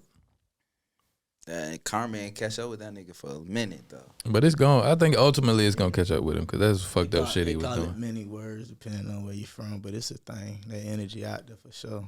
Yeah, he put some Definitely real bad energy out in the universe, and that shit gonna come back You to gotta bite him. guide them Yeah, steps. yeah, it might. You know, you do Especially that. with a Netflix Look, documentary. You do that and to shit. you do that to one of the, you know what I'm saying, no offense. You know, my wife is white. You do that to one of these black bitches, They gonna kill they your gonna ass, kill your ass, nigga. or They get gonna, send somebody to kill they your gonna ass. get their bread back, nigga. Like, you know, he can't do that to no nigga. You niggas be like, Nah, it wasn't no black bitches in the yeah, documentary. You know that. Them black bitches would have been like, what? They'd have been like, huh? Let me call my brother that bitch. What you say you at? You in what country? All right, we pulling up. We pulling up. Yeah. Nigga, I don't even think it would have got that far. I think soon as she done got the jet experience and then he asked for some bread, she gonna dismiss that out. Yeah, she would have blocked that nigga as soon as he would have asked for the bread. Nigga, fuck around. Straight blocked. Nigga, he fuck around probably would have got scammed, nigga. Yeah, probably. But one of the chicks Shit. did scam him at the end with the whole clothing thing, though. Oh yeah, that's right. The one that the last girlfriend. The one that yeah. got him arrested. Yeah, the one that got him arrested. and Oh, shit. was she the one that got him arrested? Yeah, she was. She finessed exactly what she said. She finessed like the whole situation. She wasn't telling. Yeah, him. she was the smartest one. Yeah, but she was only smart because she saw the post. Yeah, she was in the industry of selling clothes and shit like that. So she convinced him to, because he needed money real bad. Because like, Nah, I'm saying she only found out who he was through. Remember, she saw the article that the other chicks was writing and shit. Yeah. You can't really call that bitch smart because she was right there with him. Yeah, but she is the only one that figured, like, to convince him to give her all his like expensive clothes so she could sell them and get a little portion of her money back though. Mm-hmm. Like any one of the bitches could have did that, but he didn't need it until he was with her at that time because that's after the article had came out and it was all over Google and shit, and it wasn't hard for her to find the information and shit. So yeah, she was smart, but she had all the information that she needed. Yeah, facts. Yeah, but moving on, my nigga A$AP Rocky, is he the smartest man in history to knock up the billionaire that is Rihanna? I don't think it had to do. They been on that type of time. You feel me? Like I think What type of time? they been at, like, you feel me? I'm saying like Rihanna and A$AP, they been like, you feel me? They been. You kind of knew they liked each other. Like niggas knew that they kind of already been ever since they made that Fashion Killer video. Like I kind of. But I'm he not got her surprised. pregnant though. Yeah, but I don't know. No offense, to Rihanna. If you see this one day, like I'm not really. You don't see what the hype is about Rihanna? Like, I don't see. No, I'm gonna be real with you. I don't see the hype over no celebrity like that. You feel me? Like I'm not like in tune. Be like, damn, like he got Rihanna pregnant. Like yo, that's okay. Not even pregnant. talking about the looks though. Let's talk about the bread and the That's what I mean. status like, she has. Just in general, like I'm not. You feel me? Because I mean, it's still A$AP Rocky. He's still famous. He's still It's not nearly as famous as her. Of course. We, me and my wife had that conversation. You feel me? But at the same time, like, you feel me? It's no to me. I think the nigga just. Well, I applaud my nigga A$AP. Good job, my man. Yeah. What you feel about that? Shout out that boy A$AP Rocky. Shit. Once they open these gates up, might have to get you out here. Shit. Man, really? Nah, I mean, like, yeah, go ahead. When it come to relationships, bro, I don't like to be so short with it, but I don't really go around speaking on them folks for real. Oh, you don't speaking I on be them? sitting here being a hypocrite right now if I was to, because I done had sat around the table and done discussed and certain words and flew out my mouth. Them folks, shout out to them. Yeah, that's what I mean. That what them boys got going on. Exactly. That's what I mean. Shit. It's not that like. Exactly. I'm not like it is what it like. Hey, like yeah, that's what's up, nigga. Like, Definitely I say this definitely a power move for the both of them. Yeah, in that definitely. direction. Exactly. In their relationship and all that. So Exactly. definitely a power move. Exactly. Because I wouldn't say like that's based off of his intentions. Like, oh yeah, she a billionaire. You feel me? Like, it is what it is. Like, I applaud that nigga though. I feel like it was a smart move to skeet off. If you're gonna skeet off in one, You say you had. Look, I get what if you're gonna skeet off in one, that's one of the ones to skeet off You say in. if You you know what make I'm an saying? investment with a life partner, she's not a bad choice. Exactly. You say it like that. I feel you. Nah. Shout out to Rihanna. Shout out to Rihanna and A$AP Rocky, man. Yeah. Power, like you said, power. Definitely a power move. That nigga Ty says, you know what? That's the right one. That's the right one to skate off in. Her, Kylie, Travis Scott, them boys doing their thing out here. On that side, boy, you start talking about them folks. The what? Them folks, you walk around here, folks, wondering what's going on. That name you just said. Kylie or Travis? Just that whole group. Stay from them folks. Them folks evil. I mean, I talk about all of them. This podcast, man. Them folks evil. Yeah, they is in some. They is in. No, on some, I'm talking about as far as like going off in one of them. I'm good, goddamn. oh, you wouldn't. So Yeah, no, I'm definitely gonna be scrapped up, and nigga, I might say fuck it. Hey, I got to go. oh, so you wouldn't even mess Nah. around off the strength of like the type of people they are. Folks got to, and I don't know them folks like that, but you see just certain way folks move. I couldn't even be in a room with them folks, and really that energy just be that whole vibe, y'all. Okay, so you think they on some demonic energy type shit? I don't know what the fuck them folks. I know our energy won't match. Okay. You know what I'm saying? I feel you on that. I respect Yeah, I that. feel you on that. Rihanna too though? Nah, I ain't, I don't know about goddamn Riri now. But Kylie for sure. Yeah, I'm staying away from that. Yeah, I feel you. She do got a little. She about to put you on game. Like, hey, man, this what the fuck going on? This what them folks plotting. Kylie, she'll sit there and goddamn walk them folks in there while you in the bed sleeping. Goddamn get you up out of there. Oh, you think Kylie's setting motherfuckers up? Man, I just think I don't got shit going on. I be paying. I'm a big, like I ain't gonna say a big Kanye fan, but I definitely pay attention to bruh just because of what the milestones he done made. Yeah, You know what I'm yeah. saying? Like you could say what you want to say about that man, but that man done accomplished a lot of things that us as black people out, like. And you feel like fucking with Kim fucked him up? Like you can see how they trying to do that, man. Nah, like a lot of things they trying to play. Like that man talking crazy. That man ain't talking crazy. Y'all folks are trying to shift the story that way. That man really telling y'all what's going on because he's a man, and men ain't supposed to express how they feel. And because he Kanye. And you Kanye, you always got something to say. Yeah, like I you right. 100%. But you don't feel like he a little bit crazy Yeah, though? look. nigga, we all crazy. Nigga, we all crazy. Hey, but look, but put it like this. Now. You right though. You right. I can say this though, right? I feel like when it comes to Kanye though, he gotta own up to some of the shit. You feel me? He gotta own up to like why certain people flipping the narrative, because honestly, when Kanye was out there bugging out, especially with the whole Donald Trump shit. I'm talking about slavery was a choice and all this. When he was, I mean, I get it. Okay, he got a disorder. Like, I respect that. I ain't gonna make no jokes about that. You feel me? But at the same time, me personally, I thought some of the shit he was doing was for, it's what we talked about in the last podcast. Like, he just did it for the media. Like, the publicity stunt. Publicity stunt.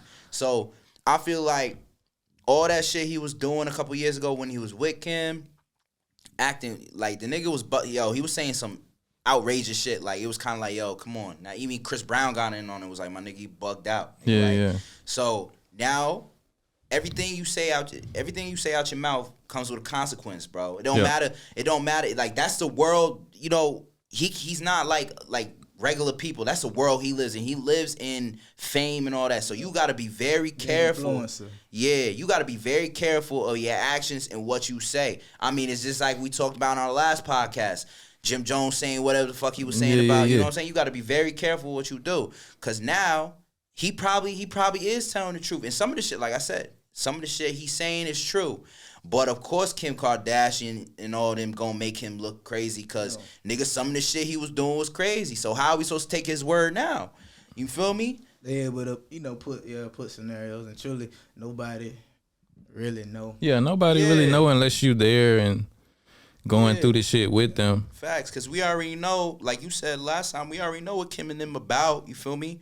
You can't act like that's your wife. You know her better than we know her. Like you knew what you was getting yourself into. You knew what type of time she was on, because the world know what type of time she was on. You feel me? Because you remember you was talking about how they try and get the bag and shit, and they would do whatever for the bag. Do whatever for the bag. So you marry her, you had kids that with was her. the energy I was talking about, because I can't trust a motherfucker that's gonna do anything for the bad bitch. We gotta have something. Look, it's alright to eat. Everybody eating this bitch. You gotta have some morals. You gotta have some type of boundary, bro, because you get lost out there. That's why I don't really give a fuck. That's definitely like an empire, bro. Yeah. Like the Kardashians, that's an empire. But they have chewed up some men and spit them out though. A lot of black men. Look at Lamar Odom.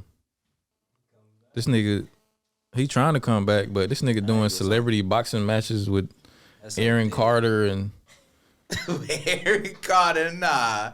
Yeah, he did a celebrity boxing. He did a celebrity boxing match with Aaron Carter and shit. And look, what? The shit looked ridiculous. He's doing down bad like that? Nah. Yeah. And this nigga Aaron Carter 4 foot something. Aaron Carter the brother of the Backstreet Boys. The crackhead brother of the Backstreet Boys. It was a crackhead fight because Lamar Odom was on crack after he left Chloe too. This nigga lost his whole fucking NBA career because of fucking being on crack and fucking around with Khloe Kardashian and shit, man. Now he a whole joke out here. He was on the way to being a legend. He low-key is a legend though. He still is though. But he living in infamy now. Like he more infamous than famous. He doing better though. He doing better, but shout out to him. The nigga almost died and shit. Man, nigga was pretty much dead and came back to life. Hella drug right now. Who else they fucked up? It was Kanye, Lamar. Nah, Ray J doing good. That nigga eating. Now with the fucking unbreakable glasses that nigga was showing.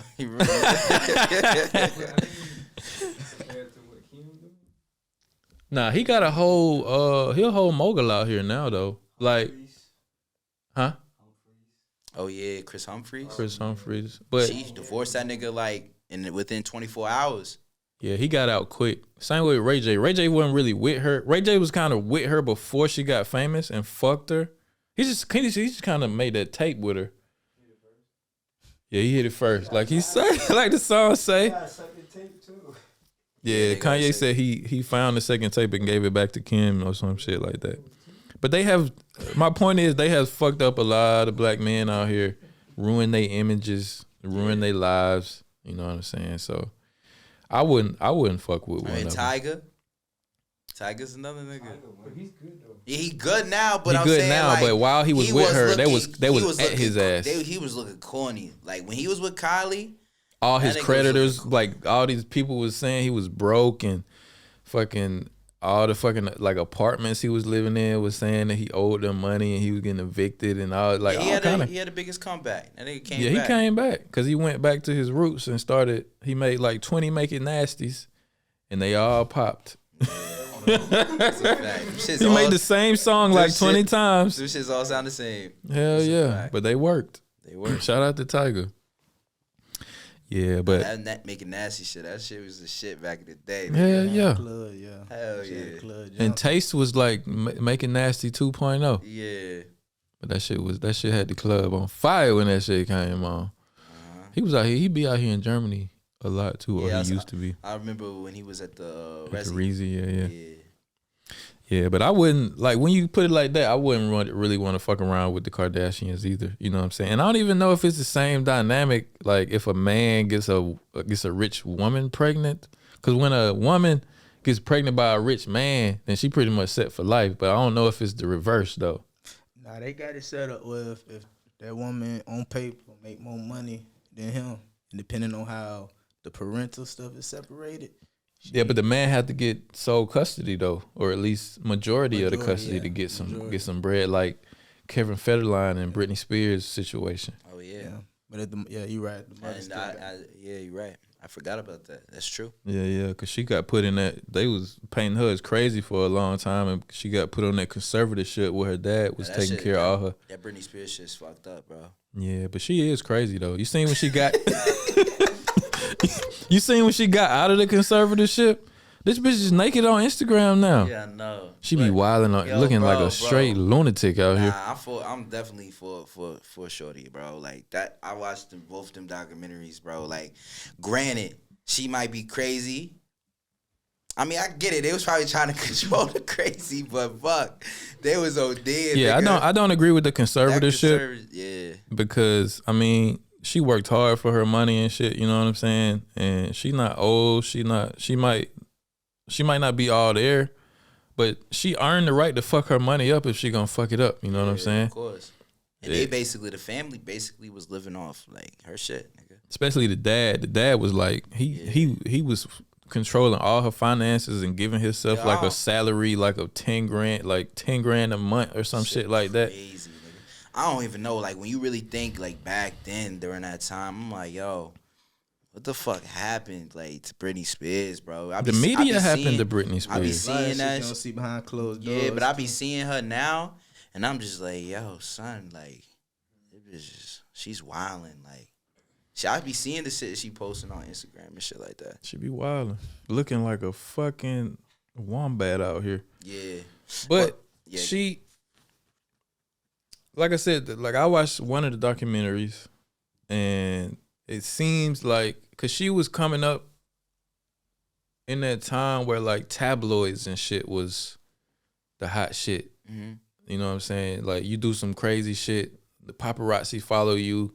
You know, I think there was a time when like Paris Hilton was hot, and you know she would get out the limo and flash a coochie or something. The magazines. Yeah, the tabloid magazines. They would take pictures of Jet magazine. My uncle used to get. Shout out Uncle Al. He used to take them Jet magazines. The Jet Beauty, right? Yeah, you had to get the beauty of the week. Goddamn. Yeah, you go.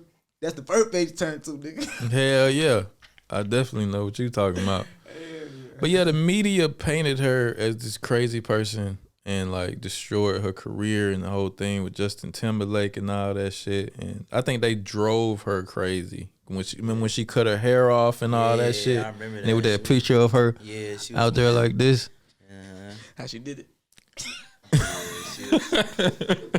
She was wilding back then, yo.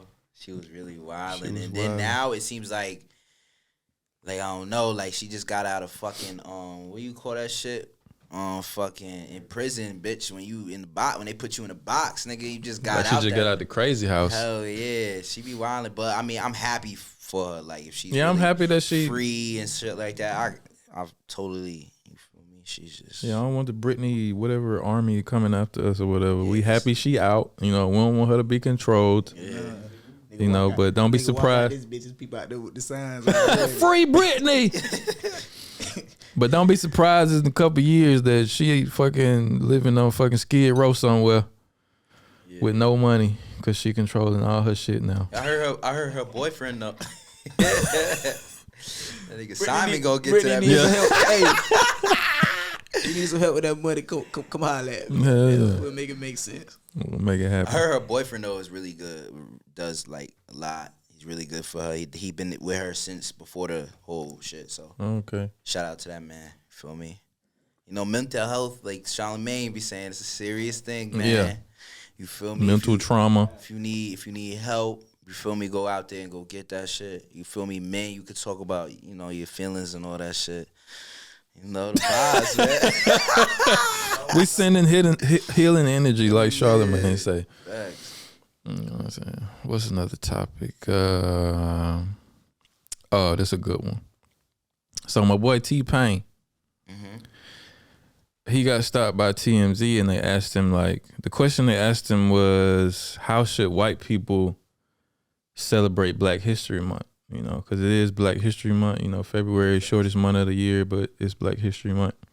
But his response was, don't celebrate it. He was like, I don't think there should be a Black History Month because I feel like it's another way for us to be segregated and not put into history. He was like, it shouldn't be Black history, it should just be history. He was like, Black people just need to be considered. Anything we did should just be considered history and not Black history because it's enough with all the racial divisions and shit. And to a certain extent, I agree. I think he's a moron for saying some shit like okay, that. break it down. The reason why I think he's a moron for saying some shit like that is because, I mean, look, man, they still in certain places right now. You go in the States, they still got statues and shit up, and niggas know. For example, like Christopher Columbus Day, I think the niggas still celebrate that shit. Like, there's certain things that we don't have, Black people have control over. So they made that, we push that, nigga. That Black History Month doesn't come from white people that we say. Hey. It does come from white people to a certain extent. They had to give that to us to a certain extent. We probably pushed for it, but they had to agree to make it official. Yeah, but I mean, there's a bunch of shit in I mean, I don't know, bro. This shit in regular history that ain't fucking, that white people push in their own history that ain't even fucking true. So like, I don't get. Yeah, it is. I think Black History, there should be a Black History Month, and I think that white people, everybody should celebrate it, my nigga. Like, but what do you say to him, to his point, to where about segregation? It's separating us and singling us out instead of, like, it's giving white people the caveat to say, y'all got that 1 month and we gonna acknowledge what y'all did, but y'all ain't a part of the rest of history. I would say this to T.Pain. Black History Month isn't the start of why we are feeling segregated right now. So you get what I mean?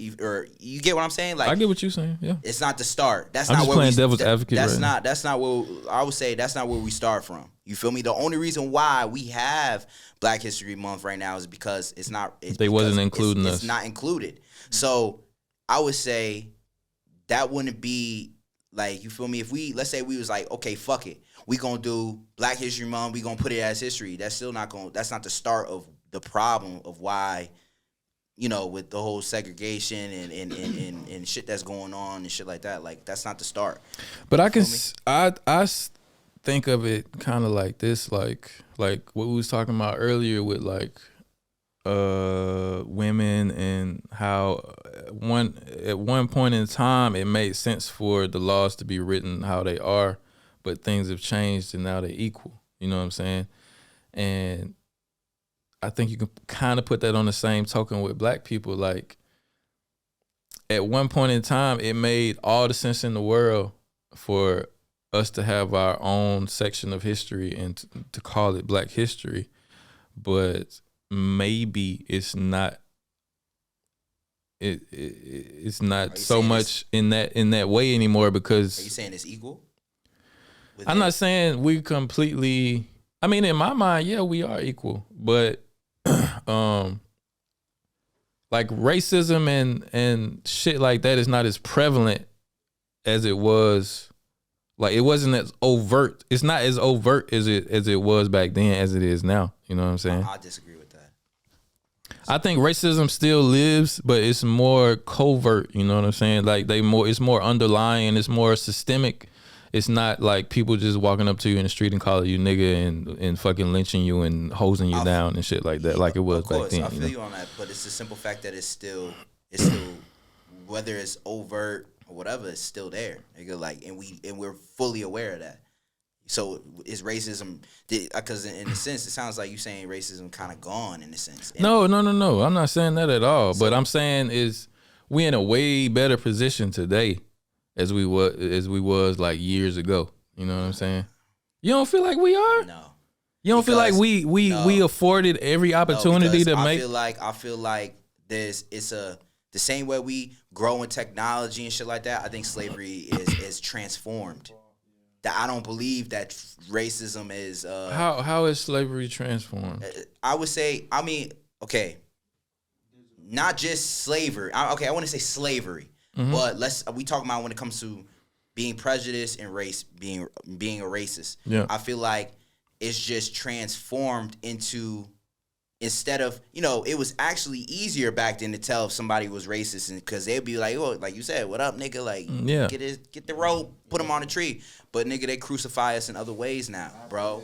You feel me? So I wouldn't say that, you feel me, like, we're equal. Like, I get the point that you're trying to make. You saying like racism back then, but bro, as time changed, racism changed. Like, you just got people now in public that's going like, don't do this. Or for example, like the one podcast we was talking about, like the whole Black Lives Matter movement, and we now seeing in the age now that social media and cameras and stuff, we seeing shit that, nigga, like that whole shit with George Floyd, nigga, that shit been happening, nigga. Like, we just see it now, and it's the same thing. Like, with racism, it's just changed, bro. It's just a different way, and it actually hits us harder than I would say. I would say it hits us.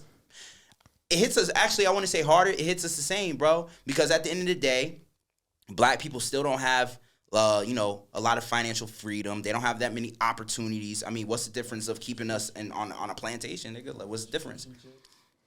Okay, me personally, can you switch the camera?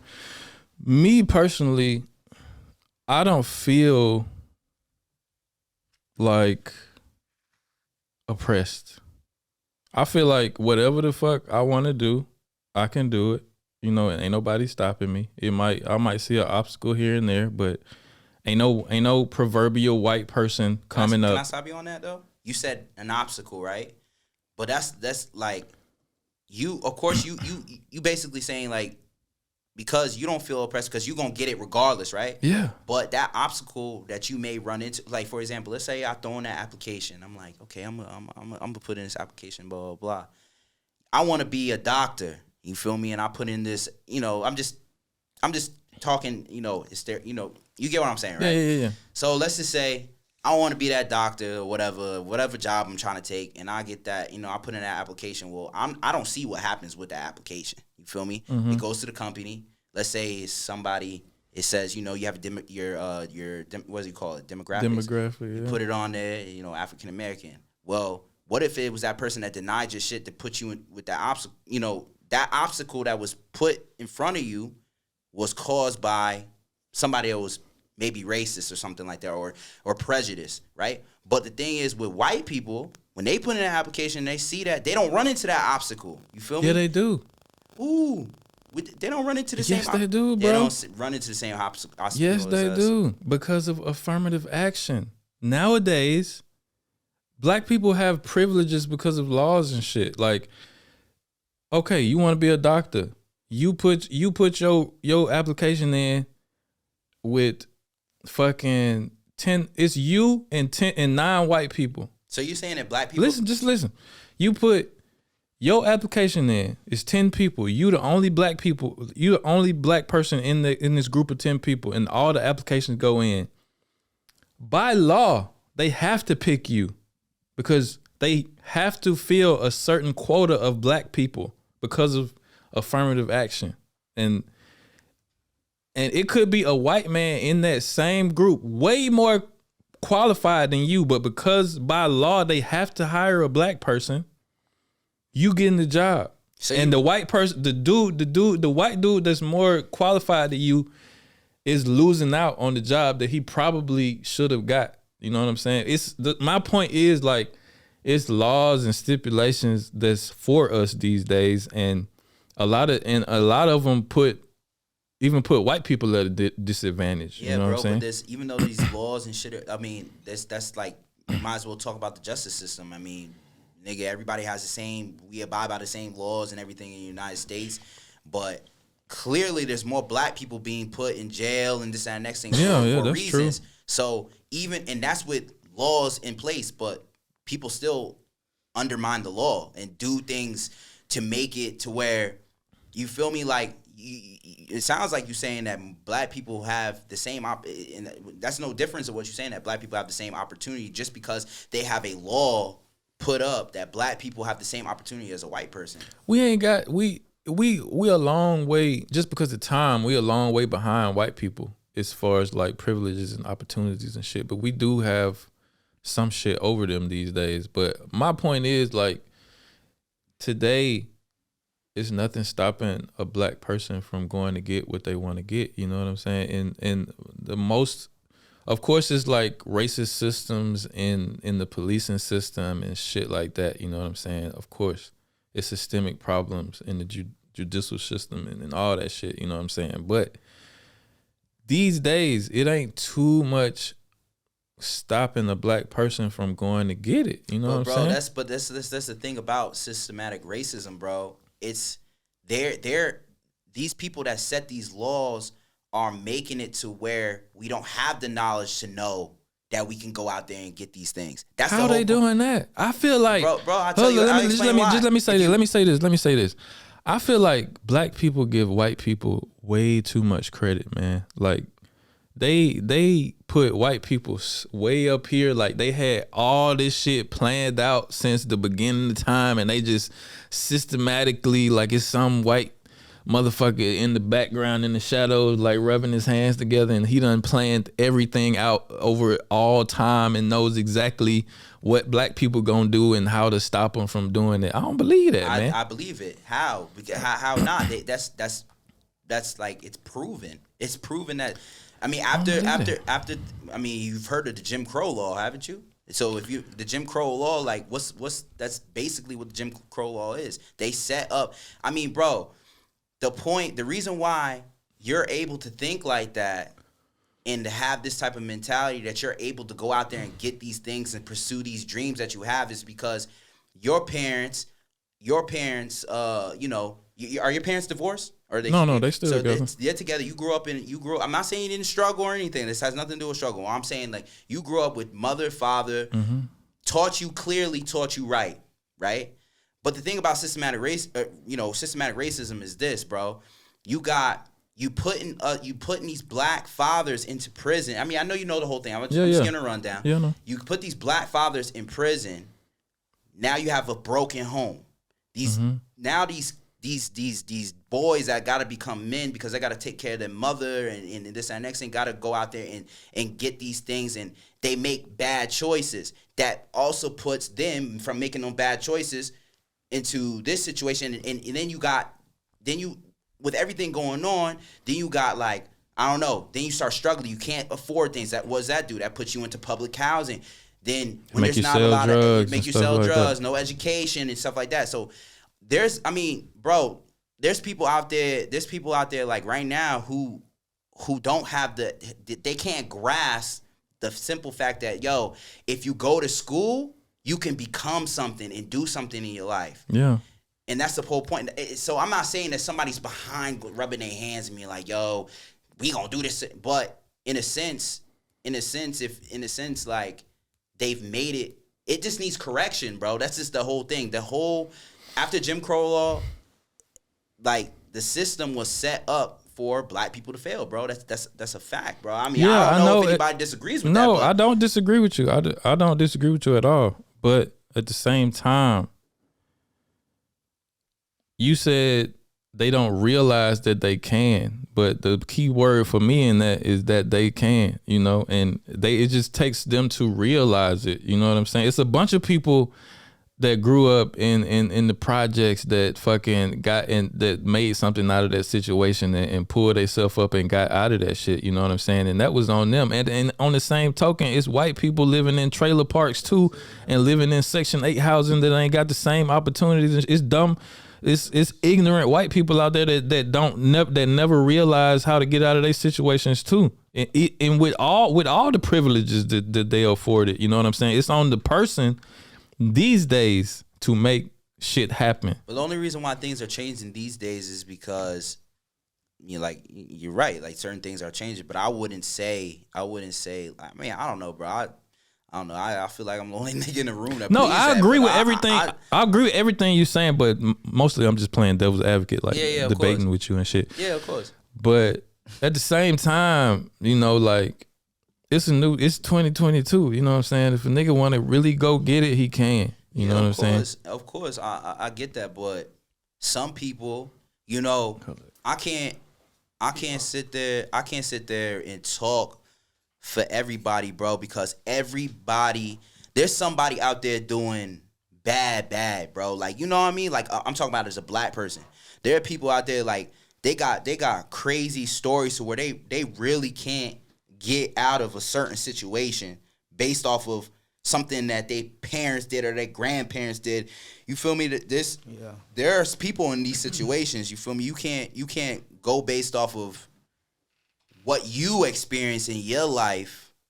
You know what I'm saying? You get what I mean? Like, yeah, we call them generational curses. Yeah, it's like that's the word I was looking for. Like, bro, like, granted, I do think that, of course, we have better opportunities to do that, but the system has fucked up black people so much that we trying to, like, pull each other out, you feel me, out of this mentality of thinking, you know what I'm saying? I'm not saying that these opportunities and shit like that are not there, but black people are so deep into, I mean, look at it, bro, look at the shit that we idolize, like, you know what I'm saying? Some of the shit that we idolize, bro. Like, you know, at the end of the day, when shit is all said and done, there's certain things that black people idolize, like, you gotta have the Louis. Even we learned this at a young age. We gotta have the Louis. We gotta have the J's. We gotta know all that shit, bro. That shit is all. Gotta have the jewel. You gotta have the jewel. Like, you that's saying, crabs in a bucket mentality, because you're spending all that money and not really making it nowhere. But like, bro, they even tried. I mean, look, bro. Even it comes, and the main thing I would say about all that is education. Because there's no difference of what they was doing during slavery. You know, during slavery, they was basically saying slaves couldn't read and shit like that. They didn't teach them and none of that shit. Because when you teach somebody something, you give somebody education, bro, it's a very powerful thing. What do they do nowadays? I know when I was growing up, like, you wanted to go to, like, you know, of course we have public schools. But of course, if you have public schools in a bad area, teachers that are, you know, brilliant teachers are not going to go to those bad areas and really teach in these areas and stuff like that, which also gives kids, you know, bad education and shit like that, bro, where they don't have the knowledge. Like, what do? They separate. They do. I don't know if they did that to y'all niggas. Put you in like special ed and shit. Zones. Oh, okay. School zones and shit like that. Why you gotta have Zoom? Like, there's a school that's right here, that's in a nice neighborhood. But why? But you gotta have you gotta do this to go to that school or something like that. Or, you know, a black kid. I mean, we even see it in movies, bro. If a black kid is going to a good school, what are they doing? They playing a sport, basketball or some shit. You feel me? Like, so I would say, I'm not saying that we don't have that opportunity, but they infect young, like, it's been systems put into place to put us in a certain place in society. Yeah. But I don't disagree with you when you say we do have the opportunity, but I think a lot of young black people have to be educated. You know, education is a big thing. That's a major thing. If you're educated, your parents is educated, whether you come from, you know, broken home or not, as long as you stay focused, you educated, my nigga, like, you can do anything. And the reason why you feel like that is because you're educated. Your parents taught you to go out there, learn shit on your own and all that, right? I mean, pretty much. You go on, I mean, when I talk to you tell me you go on YouTube and shit like that. You find out things, you learn things. Yeah. You feel me? Because all the information is at your fingertips these days. Exactly. But some people don't even really know to even have that type of skill to go out there and, like, really go do something, because all they know is, like, oh, this is what my dad did, this is what my brother did. I'm living in a dangerous ass area. Fuck it, like, that shit ain't coming to me, nigga. Like, fuck all that. Like, I ain't doing that shit. I was grateful, and, you know, shout out to Mon Dukes, because she did it how she's supposed to. So, like, I was staying out here, but going to school out here, because, you know, grandma had the little address. But shit, I remember in elementary school, them folks called me to the principal office. Nigga, you know, you young, nigga, so you know, Mon Dukes gonna be telling everybody the shit you learn. Yeah. But, you know, them folks, they kind of can put two and two together, like, you out to play, something ain't right. So they ended up sending my ass back to the city. So I had to go back out to school in the city and shit like that. So they'll do it, man. It's like, even this jacket, man, like I was saying. Yeah, show the people the jacket. Right here, like, for history for me, man, just growing up where I grew up at, man, that is deep and it's rooted, just like the Black Nant, right? So we had this minor league baseball team back in the day called the Savannah Sand Nants, but then they pretty much like, it's over with for them. OV, Okay. They changed the name and everything, but we had baseball players like Hank Aaron, you know what I'm saying, Jackie Robinson that went and marched through Grayson Stadium, you know what I'm saying, and they played, but them boys was spat on, them boys was mocked, them boys was treated like not human. You feel me? Yeah. So those were the souls and the individuals that people ain't talk about. And then honestly, truly, the more I think about it, the Black Nant really in all us, you know what I'm saying? Like I was telling you earlier with the patch and the bones, right? Yeah. We all structured by The bone. same. That's our structure, bone, right? When Yeah, I was facts. telling bro earlier, like when we leave this earth, right, and some years pass, guess what's still in that motherfucker? Your You know what I'm bones. saying? Them bones. So I feel like it's a mindset more than anything. So It's I agree definitely- with I agree with both of y'all. Like, no time we're not getting rid of Black History Month. But at the same time, y'all niggas need to get up, goddamn, get on y'all shit Yeah, and and work. do But at the something. same time, yes, the system ain't necessarily built for us, but there's a way. You see what I'm saying? Like we can argue both cases because there is a way. Yeah, yeah. Of course. But- Yeah. It's all mindset, bro. Once you break out that shell, and it's hard for us, man. I be looking at how so many you don't got them boys and girls club, the community center. I remember I used to go to a little Salvation Army out there on the east, Yeah, me goddamn, too. through the summer and shit. Like that shit gave us something to do. Not all that's gone. Like nigga, I don't even Yeah. think that boys doing free lunches no more on that side. I remember we used to go get them free lunches at the Facts. park. Nigga, So- in our city, we like where we from, like nigga, it took them like years to just rebuild our park. Yeah. You feel me? Like just On to the paint. other side, they And- be and they didn't even do it. They ain't even do it. We went out there and did it. You remember that? Like just we used to, me and this nigga used to work for the city. You feel me? Because we needed I think something for school. Yeah. Like we would have to go to the we would try to talk to the mayor and shit. We was on a little joint, try to we was cleaning up the beaches, the village, everything, bro. Like niggas won't even give us a fucking park, nigga. With and in the hood you got the nets, niggas. We was trying to get new nets. Yeah, Niggas yeah, wouldn't even give us yeah. new nets. That's for the way Yeah. to try to get you up out of Yeah. there. Thank we ain't about to go out there. Shit. Look, it's gonna hurt with shit. Like we out here with it, double rim and all. Yeah, it's definitely shit set up against black people and shit. But You know what I'm saying? We got a way though, man. It's It's a way. I'm just saying, like, I just wish my people,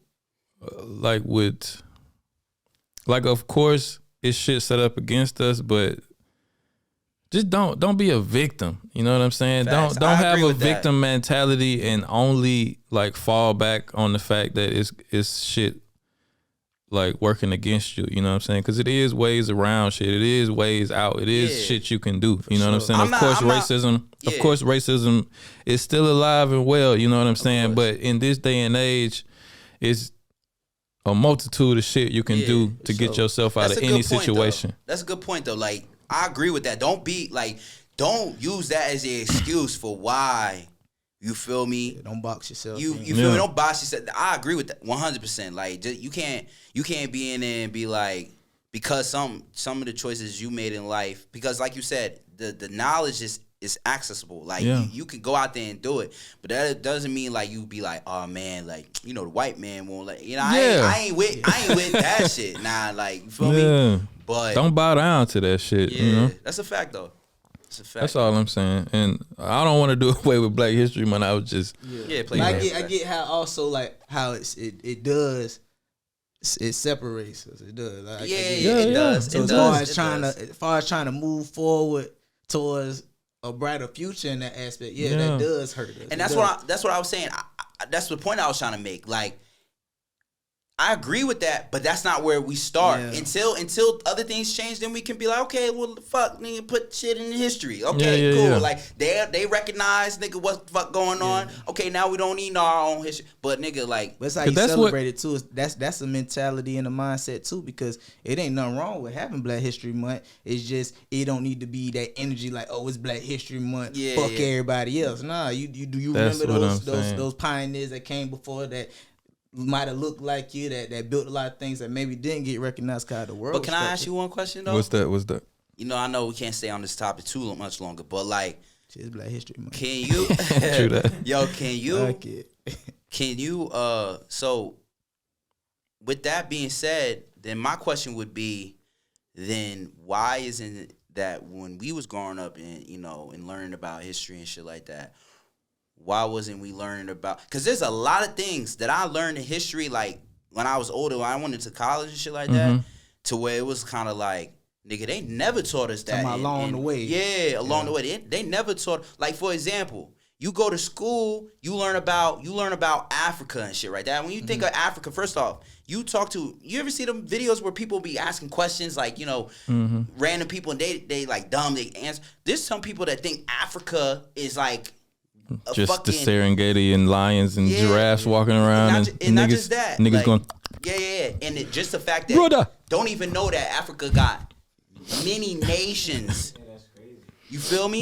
Yeah. But the only reason why they like that is because it's what we learn in school. You feel me? Like what Columbus Day.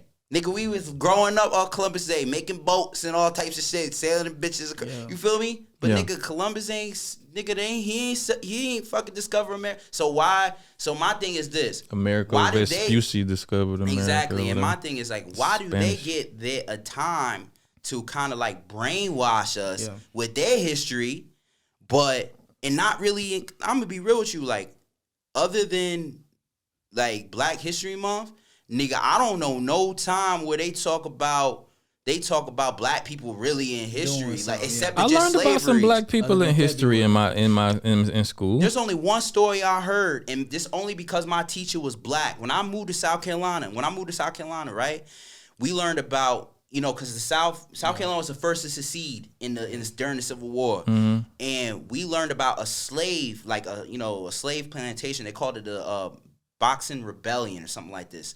It was like talking about them Nageechee. Yeah, and it was like basically a group of Black people who banned it, and they overthrew like the plantation and shit. And I only learned about that shit. It's a movie about that, right? I believe so. Something Turner. You got the one. So it's a bunch of different stories, man, out in Haiti. But the tribe he talking about is out in South Carolina. That's why they call it Geechee. You know, they call folks Geechee. Yeah.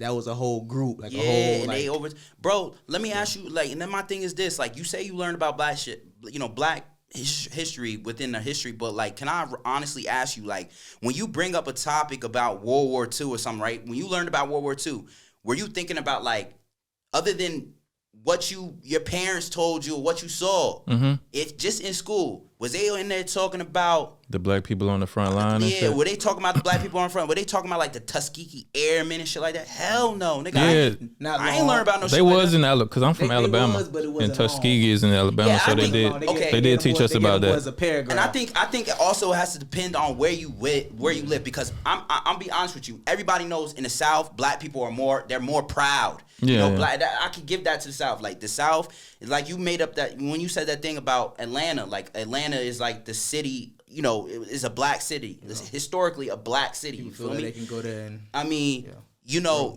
so I think it also has to do with where you're from and shit like that. Because, you know, we ain't learn like in school. Like, for example, I just learned that like Harlem was like it was like Atlanta and Harlem like predominantly Black. You look at Harlem now, nigga, it's all white people out there. Gentrified.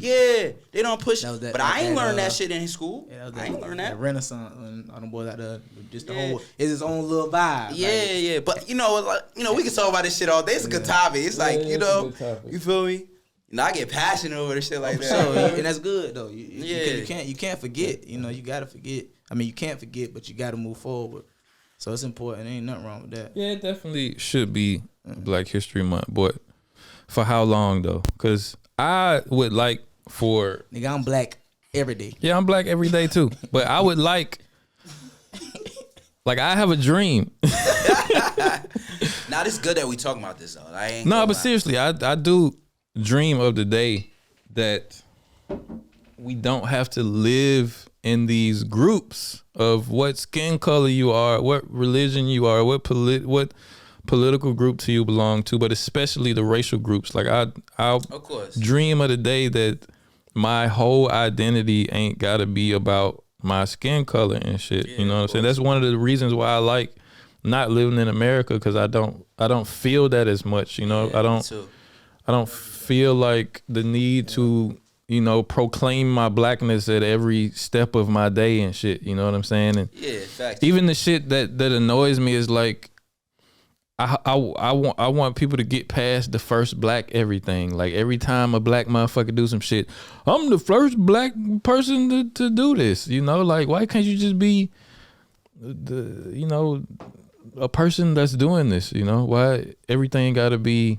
You got to be recognized, like not recognized, but I get what you mean. It's kind of like exalted. Like, okay, you're a black motherfucker, did some shit. All right, motherfucker. Yeah. Congratulations. Yeah, look, that's how I feel. But look, I mean, I agree with that too, because it's kind of like it's certain shit that I see. Like for one reason why I told you this last time, why I unfollowed the Shade Room. Like it's kind of like, yo, they be pushing, like, you know, you see something like about Britney Spears. They ain't pushing no narrative like Britney Spears is doing good. They put up a picture of Britney Spears doing some crazy shit. Mm-hmm. And, you know, of course, black people on there, like, you know, just saying, like, what the fuck, you know, just bashing her and shit. And it's kind of like, yo, like, why y'all only pushing a narrative that black, you know, like, I get it, it's a black network for their success, but when y'all post white people, it's always like white people doing some dumb shit. Like, you know, I don't think you should have like platforms that only recognize like The fuckery. the fuckery of white people and only pushing this narrative towards you know the successful things that we do. Yeah. It should just be, yo, Anybody so-and-so, can get it. Anybody can get it. Yo, so and so did this today. Great, like, you know what I'm saying? Because then if you read them fucking comments, you know, you see something about Kim Kardashian. Like, for example, I know y'all ain't fans of Kim Kardashian, but you know, you see she's doing that whole reform shit. Yeah, you know yeah. what I mean? That's some good shit. You know, that's some good shit she doing. I don't know, you know, I don't know what's really behind it. Look. I don't know. Listen. You don't agree with that either? I'm gonna look at Kanye. You can't fool me. Yeah. Look. But at the end of the day, we don't know her. We don't know what she's really doing. Yeah. You feel me? That's true. You can't, because you said that before about another person. I can't make assumptions. Yeah, you can't make assumptions. Make an ass out of So- you. I just said me personally, I won't dibble dabble in there. What another motherfucker do with, that's good. But you're right. Though. Come on, man. Kim Kardashian came in here right now and put that thing in your face. What you doing? You gonna be like, I don't fuck with that energy, Kim.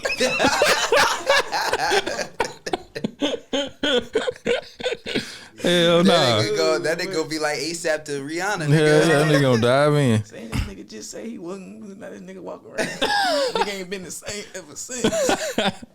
Yeah, but you know, that's my whole point. Like, you know, pushing that narrative, like, you know, black people, you know, they be a little prejudiced too towards white people. You feel me? That's that's the next question I wanted to ask y'all. Like, can black people be racist? Of course, 100%. Because it's this narrative Cracker. it's a narrative out there that black people can't be racist because real racism it has like power behind it, and it has to, like, they say only white people can, like, a lot of black people say only white people can be racist because racism has to be powerful enough to stop you from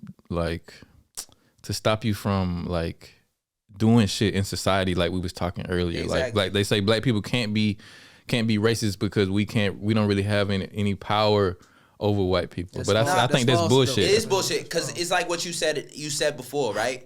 For example, I just said it. Cracker ass cracker. Now, if you get a white person on the social media talk about them fucking niggas, Yeah. you feel me? Nigga ass niggas. Like Joe Rogan. We gon' stomp a storm and be like, yo, blah blah blah. Like, what the fuck? Why y'all talking? You know what I'm saying? Like, ban him, cancel that nigga. Like, he talking about this and that next thing. Mm-hmm. But it gives us the right to do that to them or to anybody, not just to white people. It shouldn't, but it does. And a black wrong. man can say crack ass cracker all he wants to in the media, like Charlamagne be doing all the time. That's just wrong. But I get on a bigger platform, like let's say corporate level. Let's say you have a black CEO. That This is his shit. You ain't nothing y'all saying gonna trump what I say, right? And he does have a employee that's working under him that's not black. Yeah, he could be racist. If he decided to get rid of that motherfucker just cause. Of course. So yeah, we can. Yeah, I think so. Yeah. It depends on the levels to it. Some people feel like we entitled to that because what we went through. Yeah. Like that's, Because you just said something. Saying you said like saying cracker ass cracker don't really mean anything, right? But you would say nigga has more meaning to it because of slavery and stuff. But it's still a racial slur. But it's still a racial slur because But y'all where does Huh? what's the white slur? The H. What is it? Honky? Isn't that? Honky. well, that's one. Man. Yeah, But like, it's some that shit. means It's some something. shit you can say I've been that down south depending on and where you. somebody said that. And yeah, but at the same time, like the thing is like, okay, I get it. You saying the word nigga is like you know, it was used during that time period when we was slaves and stuff like that. Yeah. But at the same time, that doesn't give us the right. No, okay, we making history now by saying cracker ass cracker. I mean, what is it gonna be? Is it gonna be a racist thing to say after years later? You get what I mean? Like, Yeah. it doesn't just because that happened to us and people were saying nigga back then. It don't give doesn't- us the right to be racist to them too. now. Like that don't make no sense, bro. That's like, Especially I don't know. white people now that are so far removed from the slavery times and shit like that. You know what I'm saying? Like, But I still think it's some things are a little embedded Embedded in them? Yeah, because Society. like you ever had somebody come up to you and be like, I mean, nobody ain't never did that shit to me, but I would say like, I wouldn't even say you because you a nigga for real. I'll talk about like, I hear stories where people be like, yo, you don't even act black. Like you, like, oh, I can hang out with you. You don't, yo, so and so, she not even really black. Yeah, bro, one of that's the a one of the- racist. I think that's a racist. one of thing the to good say. ones. Yeah, you're one of the good ones. See, now my thing is this: it's kind of always it's like in them, you know, because this person that may not be racist, might not do nothing, never did nothing racist, probably got mad friends as black and this and But that. subconsciously, they still got that shit. They saying that because let me ask you a question: what is really though? Because we talk about the braids and shit, right? Really, what is acting black, nigga? Every individual. Well, in society, acting black is acting ignorant. It's acting, loud and belligerent and fucking, Ignorant, you know what I'm saying? Like, you know what people mean when they say Yeah. that, And acting white is being proper, speaking properly, holding yourself a certain way. That's when black people will say you acting white. Like, why you ain't, I used to get that a lot, Really?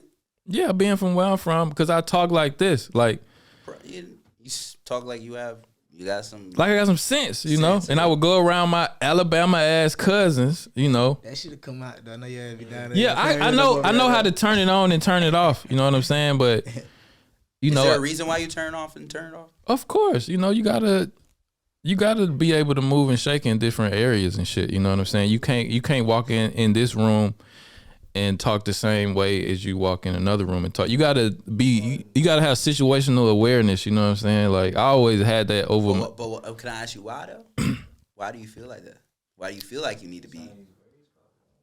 No, It's not really how I was raised. It's just. Why do you feel I think like, that's a smart way to move. But why? You not answer the question. But why do you have to act? Why do you feel like you have to switch how you are around certain people? Why?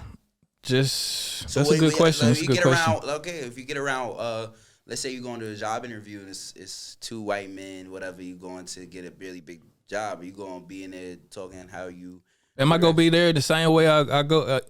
If I'm on the block back home talking to my niggas? Yeah. Hell nah. It'd be stupid if I did. For what though? Like, why would it?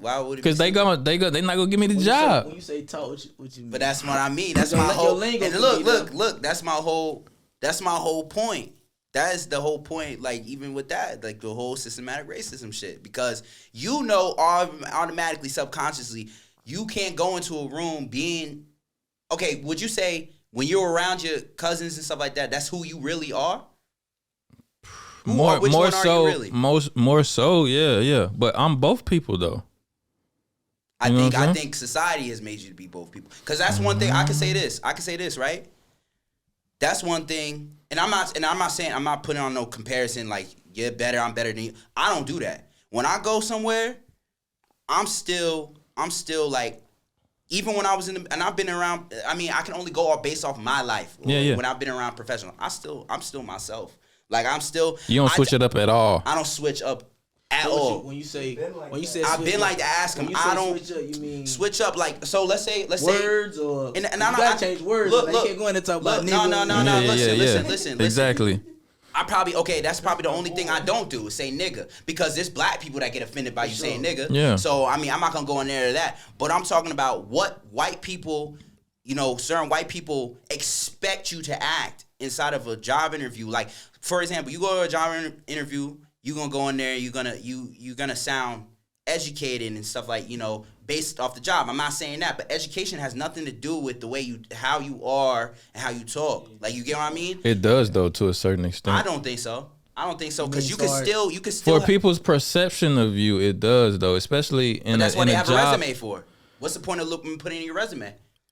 Well, that's just one part. Your resume tells your qualifications. So That's one part why? of it, though. You also have to be personable. Okay, It depends on the level of professionalism you going after. Like, it depends on what type of job you going after. If you're going to fucking, like, I used to work at a call center for instance, for Verizon Wireless, and I'm on the phone talking to people, and I'm representing people with how I talk and how I speak and the words I use in my vernacular and shit. So I can't go in there talking like I'm talking on the block. You know what I'm saying? I have to go in there and show them that I can speak properly and represent their company on the phone, because these people ain't looking at me. They hearing my voice. Speaking properly, yeah, okay, I get what you're saying, but at the same time, like, I mean, me personally, I don't do that. Like, I don't feel like I have, like, you probably not gonna be the one they hire either. I've gotten hired every single time I've gone somewhere. I've gotten hired. I've never, because I don't feel like, me personally, and I mean, y'all can disagree, whatever. It is what it is. I'm me at the end of the day. Like, I don't feel like I have to step into a room. If I'm showing you my resume, I'm showing you my qualifications, I'm showing this, showing that I have this education. For example, I got a bachelor's degree. I got that shit, and I'm still me. Mm-hmm. You feel me? But I don't feel like I'm not going to obviously go in there cursing and shit. Nobody, because at the end of the day, you ain't supposed to be cursing or anything like that either. But I'm just saying, I'm not going in there like, I still have my slang, I'm like, I'm just myself, nigga. I'm not in there like, yeah, well, Dr. So-and-so. Like, I mean, I don't go that far. But it's people, but okay, I'm not talking about you personally. I'm just saying, like, I feel like. Well, golly gee. I'm not talking, that's what I'm saying. I'm not talking about you.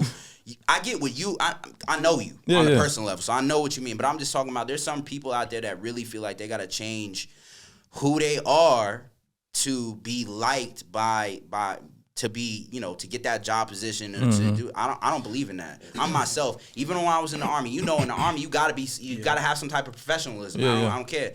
But I mean, I was still me in the army. I was always me. I'm always been, and bro, I mean, we haven't been, we not like mad close, you know what I'm saying, yet, but you know what I'm saying, you know that about me. Like, I'm not changing who I am for somebody. It's like, if that opportunity is not there for me, they don't take me or whatever, then okay. Yeah. I don't feel like, I mean, I feel you on that, but like I said, like, I feel like I'm both of them people. That's just a different variation of me. I understand that. And to a certain extent, I've more so been the proper speaking guy than the you know what I'm saying. I can turn it into, because I grew up around all my cousins, like all my like hood rat ass cousins, like being around me. But I came from more of the other side, but I can integrate. I always been a chameleon, you know what I'm saying? Any room you put me in, I'm gonna keep my mouth closed at first and observe everybody and watch everybody, seeing how everybody move. And if I like the energy, then I'll engage, and I know how to make people feel comfortable with how I engage. Still be you too. Huh? But still keep the essence of myself at the same time, to where I don't feel like I'm compromising who I am But you know, I get can. what you mean. I just know how to That's, move. You saying that is you? That's just you. me. That's the essence of me. You know, I just know how to move. But right though, it is folks that's gonna Because for example, I get that certain people who were to see me in that, you know, let's say you were to take that person that was interviewing me and they can, you know, be like a shadow over my life and see how I engage with with you know, with my cousins and stuff like that. But that's who I am. Yeah. Like that's how that's me. That's how I am. But that doesn't mean I'm less educated than the person and stuff like that. I mean, I can still. I mean, even right now we engaging in you know, I would say educational, you know, conversation. Yeah. You know what I mean? So like, but I mean that's just me, man. Like I mean, but I get good. That's important, man, because a lot of people out here don't know how to. Yeah. But it's like you said, it's the way you were stamped. Like, I mean, Tommy, like, for example, like you said, that is you. You know how to move around and shit. Like, and that's, I mean, clearly, because you wouldn't have been so as successful as you've been.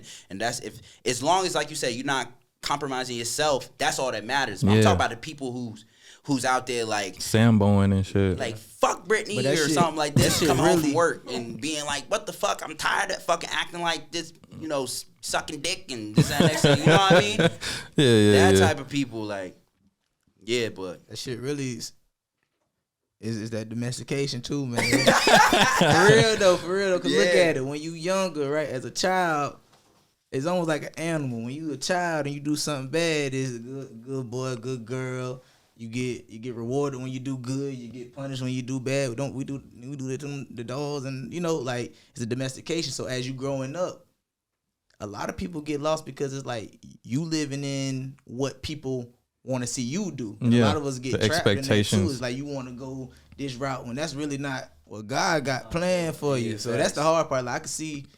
Cause I think we all truly done dealt with that. Like, we human. Like, we all done dealt with that. Definitely. But it's real, man. But you should be yourself though. So talking about the race, like, you know, since we kind of still in that topic area, I wanted to ask you, because, you know, last time it was me and Tommy on here talking about it, but I want to ask you, like, an honest opinion, like everybody in the room besides Tommy, how do you feel when you see an interracial couple?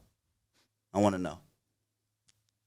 Your honest opinion, yeah, like take it away. Just like, you know, honest opinion. Nobody judging you. I mean, truthfully, I don't care, man. Because if we take it all the way back, I'm a firm believer, man. I get on here and say I walk by faith and not by sight. I ain't gonna never lose that.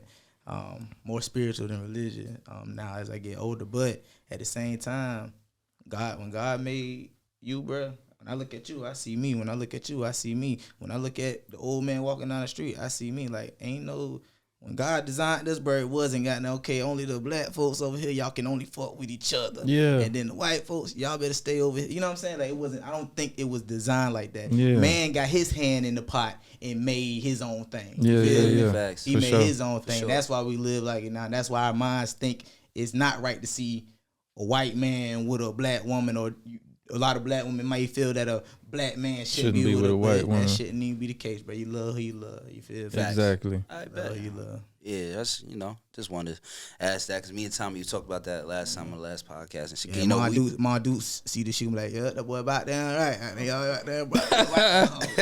Shit, my mom was, when I was jumping off the post, my mama told me, boy, don't you bring no white girl home. She told me that straight up. Word? Yeah, that's all I done brought. I brought home two white chicks. But my wife is the last. Facts. Ain't nothing wrong with that though, man. We put, because my mom, she was I mean, she loved my wife. You know what I'm saying? She don't feel like that today. But you know, my mom, you know, us being from Alabama, she was one of the first kids to be like integrated into like white schools and shit. So she caught it from white people growing up and shit like that. You know what I'm saying? you know her interaction. Yeah. So that was like, you know, just like her learning. You know what I mean? That's her. Her mind, she through you. Yeah, now she got a mixed kid, you know, mixed grandkid and shit. You know? Now she like, you better bring home more babies. Yeah. Mixed babies, boy. I can't wait for my daughter to be born. You know what I'm What's saying? up? God is good. That's lit though, man. That was a good point too, man. Yeah.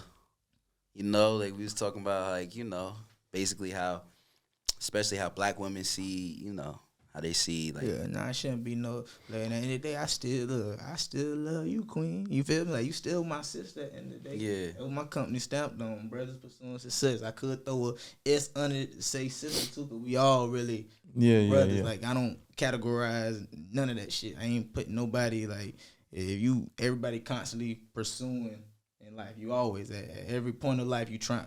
For the most part, you trying to do better for yourself. Yeah, you should be. Or like-minded people, I say. Yeah. You know. Yeah, facts. So, but they do look down on the brothers that go to the other side though. You know what I'm saying? Yeah, that's a fact. It is what it is though. Y'all be alright. You know, we we still love y'all too. You know, but on the last thing on the race debate, I wanted to bring up because that's like, well, it was a hot topic. I don't know if you know who Joe Rogan is. Name sound familiar, but He like the top podcaster in the world. You know, he got like the biggest podcast in the world, probably the biggest show in the world. He get like 11 million listeners every show he do and shit like that. And I listen to him a lot. You know what I'm saying? I think he pretty insightful and he have like real good guests on his show and shit like that. And I think he like he like in the middle as far as like most views and shit. He just a curious guy, you know what I'm saying? Like just asking questions to knowledgeable people and shit like that. And he ain't really got no horse in the race as far as no agenda he trying to push or no shit like that. You know what I'm saying? He just a good human being, in my opinion. But you know what I'm saying? He over the year he been doing his podcast like 11 years or some shit like that. And the one fuck up, like huge fuck up he done in that time is, you know how some white people feel like it's okay to say the word nigga depending on the context they saying it in, you know, whether it's repeating it in a song or, you know, repeating something somebody else said, you know what I'm saying? Instead of saying the N-word, he would just say like exactly what somebody said when he was like, he would be like referencing somebody else famous that he couldn't believe that said nigga, and he would like repeat the whole phrase. He'd say the quote for them. He would say the quote for them, or he would, most of the time when he never said it, like calling somebody that or nothing, but just in his shows he would be talking about situations where somebody else said it, you know what I'm saying, and somebody took all the instances where he said it and made like a clip to make it seem like he just was saying nigga on his podcast over 11 years, and they completely took the clips out of context and didn't like tell the whole story of why he said it. They just took it out, and like now people want, like he got the biggest, like Spotify gave him like 100 million to exclusively only be on have his show on Spotify, and like people been trying to cancel him ever since. They've been calling him, you know, homophobic, transphobic. Can I ask you what community is pushing that? This narrative, like, is it our people that's pushing the narrative to cancel him? No, first they tried to cancel him for like corona misinformation and shit, because he have like experts on like vaccines on his podcast. He have like doctors on his podcast, and they'll give like contrary views to the mainstream narrative on COVID and shit on his show. There you go. And they won't totally agree with like people getting the vaccine, or they'll like, he'll tell like young people, young healthy people that maybe he'll say flat out that you shouldn't get the vaccine, but he'll be like, maybe you, like, if I were you, he would be saying, if I were you, I probably wouldn't get the vaccine because you're young and healthy, and if you get it, he just giving his opinion, but based off of his resources. Yeah, and the mainstream media trying to paint him as like this misinformation engine, like he telling people the wrong information, and they saying that he should be deplatformed, like Spotify should drop him. That's probably where it started. Yeah, I think he been saying nigga all these years, and they just trying to cancel you. Yeah, they tried to get him on that first. Like this country singer named Neil Young, his old ass country singer, has got some like big country hits from way back when. He came out and said he was gonna remove all his music from Spotify if Spotify didn't take Joe Rogan off, because he didn't want to be on the same platform as somebody who was spreading vaccine misinformation and shit like that. And they thought they was gonna get him, but that didn't get him. So then somebody put together the nigga clip. Fuck you and your music on Spotify, nigga. Take that shit off. Yeah, nobody give a fuck about you, nigga, you know? But that's what I want to ask y'all. Like, y'all ain't seen the clip. You probably saw the clip because I sent it to you and I posted it. But I didn't know the full backstory to it. You know, until you just said that. Like, now if he's saying it off out of quote, like, what's the problem? Yeah, they do it in his podcast. I mean, is exactly what we doing. Like, he's giving exactly. It's not like. Why you gotta censor shit like that don't even need to be censored, because it's not like he's saying it towards, you know, like you say, he not saying it. But even in those circumstances, because like I said, I've been watching his shit almost the whole time, you know, and I remember like from them clips like some of the whole shows, you know, and I would hear, even in context with him talking about the shit, I would cringe a little bit when I heard, even though he was saying what somebody else said, I would feel like, damn, he could have said the N-word instead of nigga. Because it's you know what I'm saying? Yeah, but you gotta think, you know, it's because it's usually censored, because it's like it's built in us to, you know, we already know in our minds, like, damn, white person say that shit, we're like, what? Yeah. You feel me? You automatically like feel like that, like, you know, because based off of, but you gotta go based off the facts, though. The facts is he's not saying it towards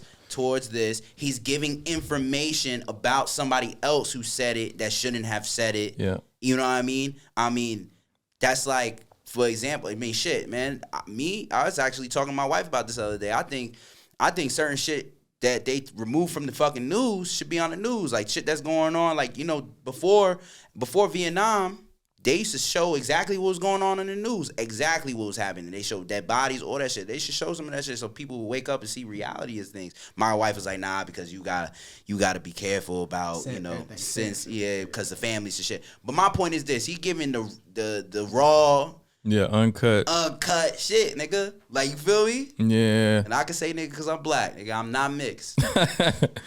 But he said because he gave an apology and he was like. He pretty much saying, like, even in context, no white person, like, he was like, that's not my word to use, and he was like, I apologize for even saying it. Like, I should have like said the N-word or said like bleep, like I should have censored myself because it looks horrible now that somebody has put it in a compilation like that. You got followers and people that actually watch you. Bro, what's the difference like in this? The way he's saying it, like, I'm not talking about what's the difference in saying N-word and nigga, but really, bro, in his case, what's the difference? I don't feel like he did nothing wrong other than I feel like he wouldn't be in the hot seat he in now if he didn't actually, because a lot of them times he put that hard ER on the end of that shit. He wasn't just saying nigga, he was like nigger. Yeah, but he was giving what but he was saying, but I mean, I get it, like, I get it, but I get it too. When you at that level though, you gotta be aware, whether you quoting something or not, you gotta be aware of your audience. If you know somebody running them numbers to him and telling him you do have a African American, black, whatever, follower, right? So you might want to be. Yeah, but this is from years ago before he got as big as he is now.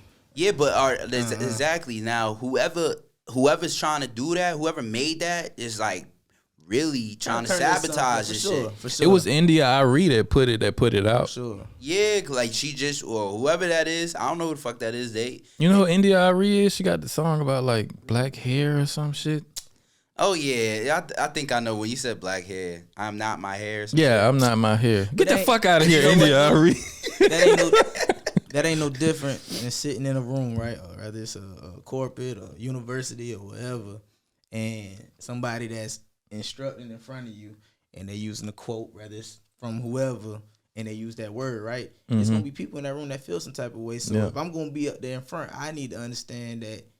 I need to respect that in a sense too. And censor yourself. Did he ever say? Does he ever like mention in his shit? Because you say you listen to him, so does he ever say like, and I quote, some of this shit is gonna be a little offensive, but you know, like give like a like you feel me, like a fucking he warning. do. He actually does, cause like mind you, he be on there like we drinking whiskey. He be on there drunk as shit sometime. He smoked weed with Elon Musk on his podcast. You know what I'm saying? He be high as shit sometimes. So, and his podcast be like 3-4 hours long, and he don't prepare for him. He just be literally just talking off the top of his head and shit. But one really racist thing he did say, that he didn't even say the N-word. He was telling a story about going to see the Planet of the Apes, the movie, when it came out years ago. And he was like, what the fuck he said? It sound like some fuck shit. Yeah, he said some fuck shit. He apologized for this too. Go ahead, man. Go ahead. But he was like, yeah, he was in a taxi after a show, and he was asking the taxi driver like, yeah, take us to see Planet of the Apes somewhere. It doesn't matter where. And then they looked on the GPS and they found the theater. He was like, okay, we want to go there. And the taxi driver was like, you sure you want to go there? He was like, yeah, I give a fuck. And then he was like, he drove us there, and he was like, it was like we were in the Planet of the Apes. And it was an all-black neighborhood. He was like, it was only black people there. Nah, that's fucked up. And I was, So them niggas might account for something. Yeah. Nah, he play, that's But right after he said it, he was like, oh shit, that was some really racist shit for me to say. And then he went on to like, the whole story was him like telling how much he enjoyed seeing a movie in an all black neighborhood and like with all black people in the movie theater. He would like the stereotypical shit happened, like black people was like yelling at the screen and giving commentary while the movie going on, and he was like, I really enjoyed like being in that atmosphere and shit. It was a positive story. It just started out with that super racist statement that he apologized for right after he said it, you know. He was like, damn, that was really racist of me. What? And that's another thing is like, you know, black people. Look. I don't know, man. I don't know. Look. I mean, I agree. Like, I think that's some racist. That's some fucked up shit. Hell yeah. But you know, one thing I could say about that though is kind of like, yo, bro, you gotta give the man some credit though. Some credit. Look. You gotta give him some type of credit. And I know you looking at me. Look, you gotta some credit. Listen. You gotta understand, bro.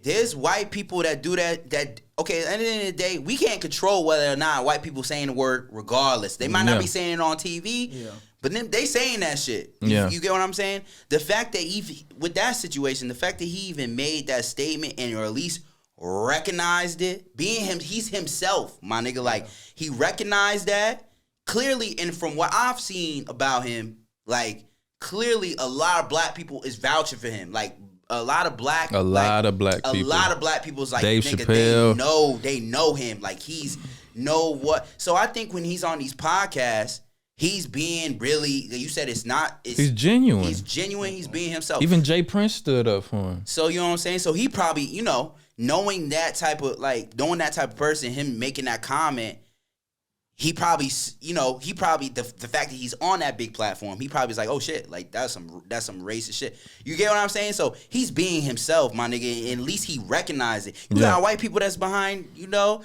Remember I said about, you know, Kanye and Kids, he's probably a fucking nigger. Yeah. You know? I guess it's something that we don't know either. Like that, even them statements he dropping, is that just something like, hey man, look, you really fucked up. We need to put something out ASAP because of the platform. Yeah, you know, because people I don't know how to feel about. I don't know how to feel about it, because if you could say some shit like that, man, you been had that, and you know.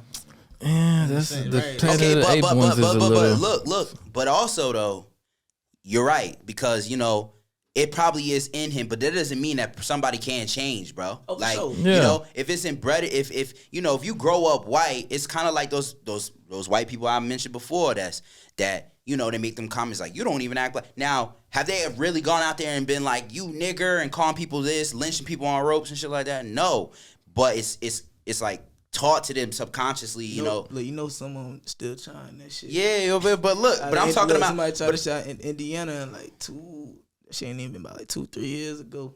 Like, still to this day, they try to... Lynch a nigga? Yeah. Yeah, but, you know... He's out in the woods, wrong part, and it was too many, and some type of altercation happened. You feel me? And, you know... Yeah, just like that dude... get bold if it's about 12, one of you, that they ain't... Just like old buddy was running. What's his name? The dude that was supposedly jogging and them 3 white dudes hopped out on him in that neighborhood. Ahmaud Arbery. Yep. Don't forget the name. They got forever in jail. They got like forever. Yeah. I mean, you can. And I think the cameraman, the one that recorded, even the cameraman got life. That niggas try to get. They was like, "Fuck no, nigga, you go to jail." They had to. Yeah, they had to. That was true. The cameraman though, I don't think he should have got life. Well, He the whole reason the shit went to trial in the first place with his dumb ass. Yeah, right. If it wasn't for him, motherfucker wouldn't even know about it. Yeah, that's right. That was his video. That was his video. But it was about what it was his position though. That why he was there though. He wasn't just he was another bystander like, oh shit, they killed the nigga. Yeah, on they the were like, road. we finna document this lynching. They put that 2 and 2 together when they seen pictures with all 3 of them hunting and shit. Look. He. The only reason why.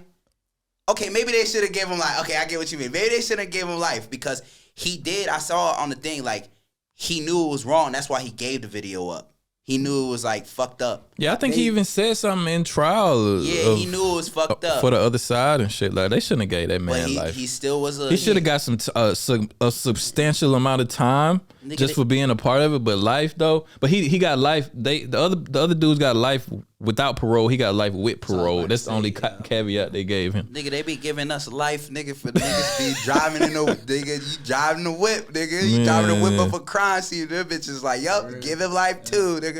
They be putting us under the jail, nigga.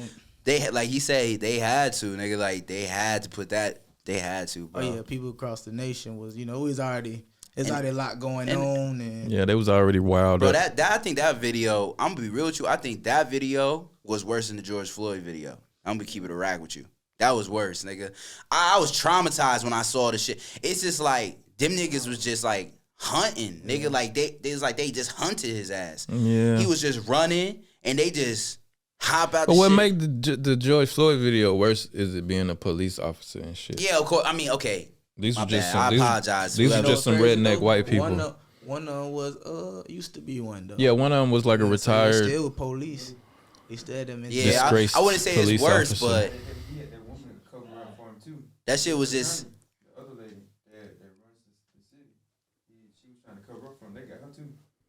Yeah, because the shit happened and like a month passed or some shit, and they wasn't even gonna charge them niggas at first. They were just gonna say whatever happened happened. That's some crazy shit. The video is the only thing that made the shit go to trial. And it's a video that Son gave. Yep. Yeah, can I ask you something? Where do you think they put them? They put them niggas in like. They put them niggas like in the community and shit. Was it a federal case?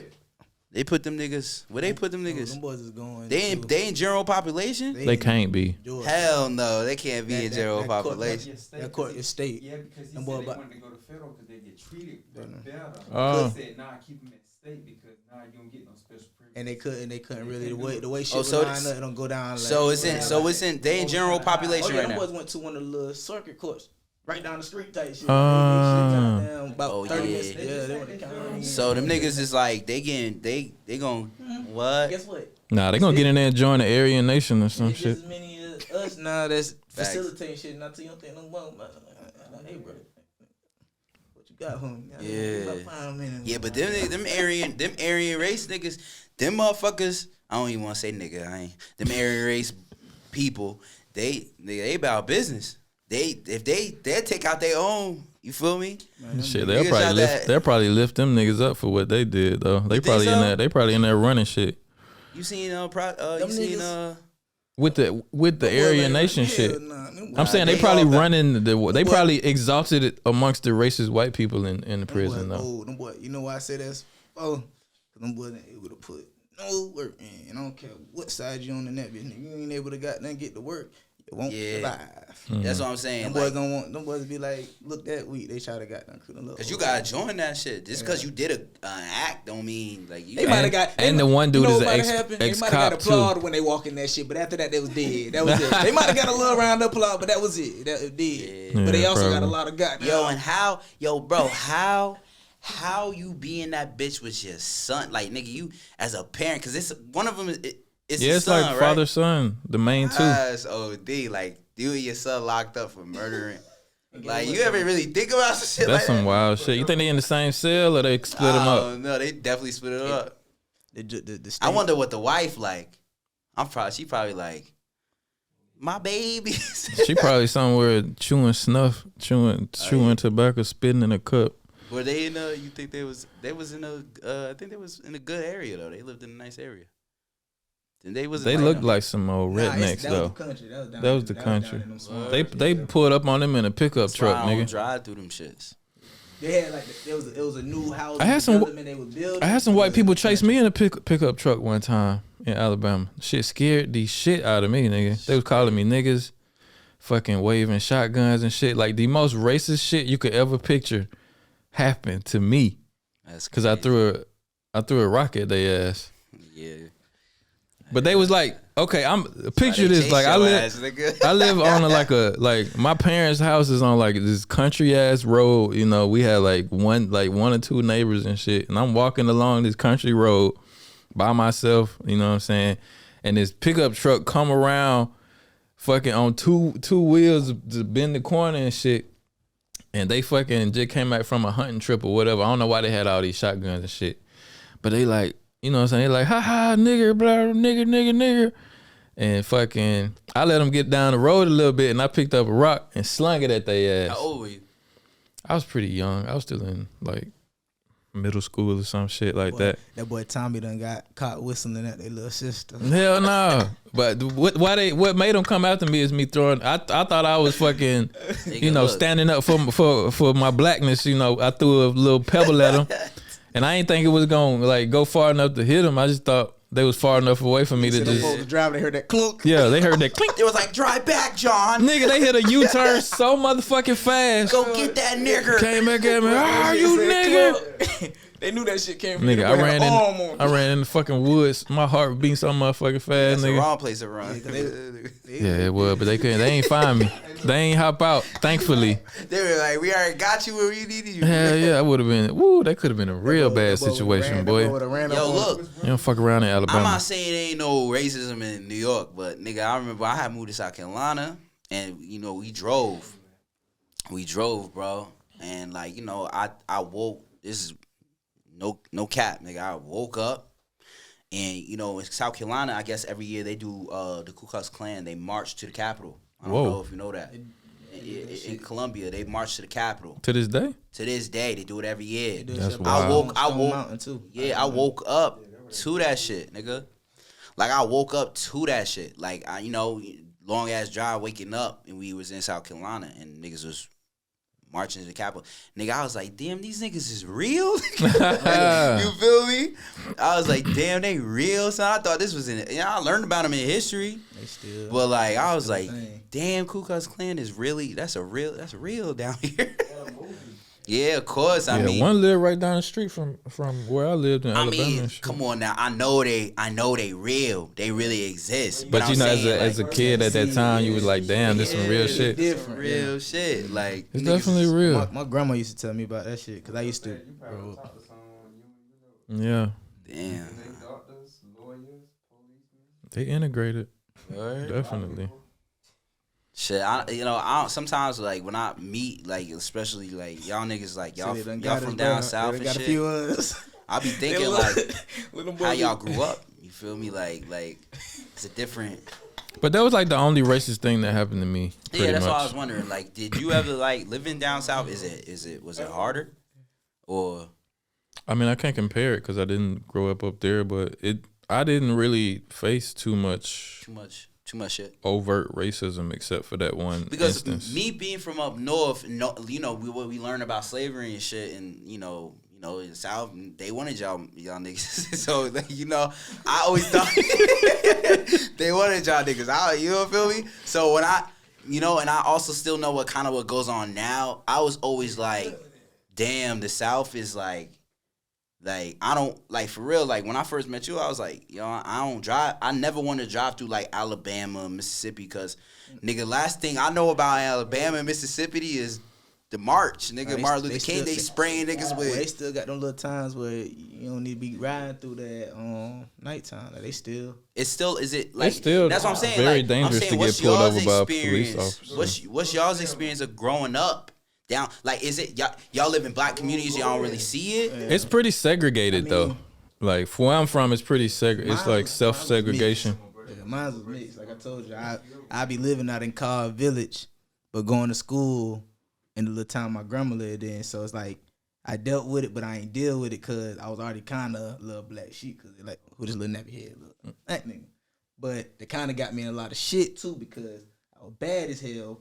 But they don't help that situation because they don't want you there in the first place. Yeah. I mean, you run across them individuals. You got good people at work. Let me say that because just in case some of the little old counselors watch it, like nigga, we kept you straight, guys. So shout out, But you had those people, but the majority, yeah, like nigga, something that they gon' hem you up for, they might not hem that individual up for. But in other aspects, man, I ain't really deal with it because shit, I'm mayor and chief police, they black. You know what I'm saying? Chief of fire, they black. Yeah, so, I always felt like black people down south definitely encounter racism.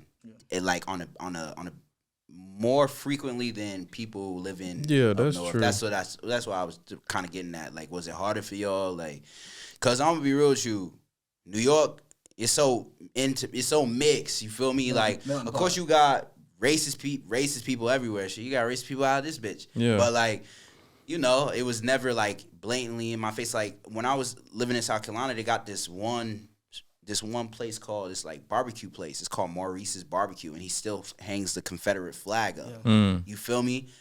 I don't see no nigga. I think the only nigga I saw with the Confederate flag is the Heaney brothers' dad in the back of the truck. You feel me? Nigga was driving. You see the he loved black people. You feel me? So I don't know. Yeah, it's not to most people that's a racist symbol, but to some people they don't really look at it like that. But I don't know. I don't even know where I stand on that shit. I don't know enough about it. It's a racist flag. It represented segregation. It represented the the side in the Civil War that wanted to keep slavery and shit. Confederation. Yeah. Are you not for racism? But for some people, it's like they family heritage or some shit is what they say. Their family heritage. Because their granddaddy was racist? Pretty much. Somebody that done fought. They try to keep. Yeah, he done fought for the same. Yeah, but I ain't about to see one of them bitches out in front of my shit. I mean, shit. My wife, her granddaddy was a fucking Nazi. They ain't stopped me from being with her. Maybe that got nothing to do with it. But for real though, that's interesting. Yeah, I don't know much about it because he passed away like 2 years ago now. But when he met me, you know what I'm saying, he ain't treat me. But don't even know what but then again, hold on. But then again, that don't mean just because he was a part of the, he was a Nazi or whatever. Yeah. Not all Nazis was bad either. You might ain't even, you got people that ain't want to, but it's like shit. Yeah, I think it was more a situation where he had to like make sure his family was straight type shit. During that time period, during Hitler's regime, if you was not a part of what they had going, and you was party susceptible to maybe getting gassed yourself. Yeah, they put your ass in the gas chamber. I've been in that bitch like this. Let me stop. We not do the walk. On that topic though, and this might be the last topic we talking about, cause I think we going on. What we on, like 2.5 hours or something? Yeah, almost 3. Huh?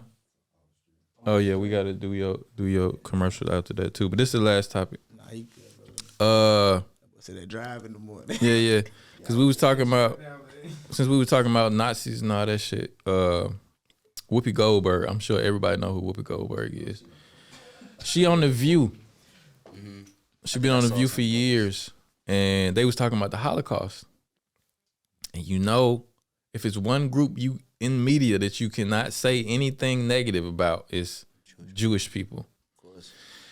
And she didn't really. I don't even feel like she said nothing negative, but they was discussing like the Holocaust and people dying and stuff like that. And she said something to the effect of like the Holocaust wasn't about racism. It was about humans like it was about evil pretty much, like humans being evil to other humans, because he was like, it was pretty much white people against white people. Like it was one group of white people killing another group of white people, so it couldn't have been about racism and shit. You know what I'm saying? And they suspended her for 2 weeks. They contemplating firing her. She contemplating quitting. And it was a whole big ass thing in the media about, and they act like it was so bad for her to say that the Holocaust was more about, well, it wasn't about racism because it was white people against white people. It was more about like, that's crazy, humans being evil toward other humans and shit. I mean, she right, but I agree with her. Yeah, she right. I mean, as far as people being evil and as far as race, I don't know, but still to try to cancel somebody for that. Yeah, but I agree Ain't with like her. she's saying it ain't happened. You know, Yeah, she didn't say it didn't happen. And she clearly said it's a horrible thing. It's not like Clearly. she didn't like dumb it down like the Holocaust wasn't a bad thing. She said evil people. If anything, like, isn't race, even if they thought it was about race, isn't that evil? Like, for It is. All of it's evil. You know. What did she say that was different? Like, But they was trying to eat her up because she shout was. out to Whoopi. Yeah, shout out to Whoopi Goldberg. Yeah, facts. And Whoopi Goldberg is not even her real name. She made up that name to sound more Jewish so she would get more work in Hollywood way back when. Her real name is like Karen something. Really? But Goldberg is like a Jewish last name. Yeah, So I she didn't know been that. pandering. She been pandering to that community for years. But they act like, because is Jewish a race? I don't know. I think I think the Nazis considered them to be a race. I think they consider themselves as a race, actually. Okay, so if you convert to Judaism, are you now? No, I already know that answer. You're not. So how is it a race? You're not considered A Jew. You're not considered Jewish. I don't like to use that word. Is that a derogatory term? I always thought it was to say Jew. That's why I said it so slow. Yeah. I don't know if that's right. I always thought that. I don't say that. I say, Jewish. Okay. If you convert to Judaism, are you a Jewish person? Are you of the Jewish race after that? No. Because they come from Israel. Israel, yeah. But is it a race though? Or are you an Israeli? I don't know. Somebody Google it. It's Jew. Like, Google that shit for me. Well, I would say Israel, so they for sure separate Palestinian and Israel, because I done had them conversations. But as far as Jewish, I don't want to get into that. Yeah, I don't want to tiptoe around that too much. But I think they do consider themselves a race. A race. Okay. And I would say again, I don't know why but people get mad over that. Granted, yes, a lot of Jewish people were murdered in the like Holocaust. 6 million, right? But let's not forget that Whoopi Goldberg kind of has a point too, because there was also a lot of different groups of people that were executed. A lot. Yeah. A lot of Polish people, black people, gypsies, gays. Yeah. Homosexuals. What? Oh, keep going, bro. Yeah. They was all basically, the myth of the dehumanized by the. I don't even want to be the one to speak that shit out. Hitler not only put in the Jewish people. Of course, this was the majority. I'm not knocking that, but he put anybody that opposed him. Like, you know what I'm saying? He put his politicians that were in the beginning of his his movement and stuff. He targeted a lot of. That's how he grew in power.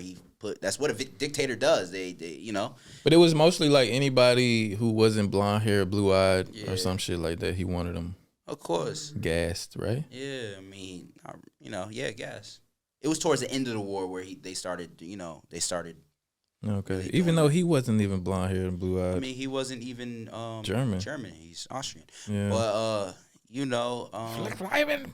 that nigga had a crazy ass voice smart. though. He was smart. I mean, he manipulated the fuck out of the people in this country. He could, and another thing is, like, people gotta really stop. It's a good point that you brought that up, because there's a lot of people. You got the Holocaust, right? One thing I could say about although the Holocaust was a horrible fucking thing, but one thing I could say about the Holocaust that makes it different from American history is that the Germans recognize what they did.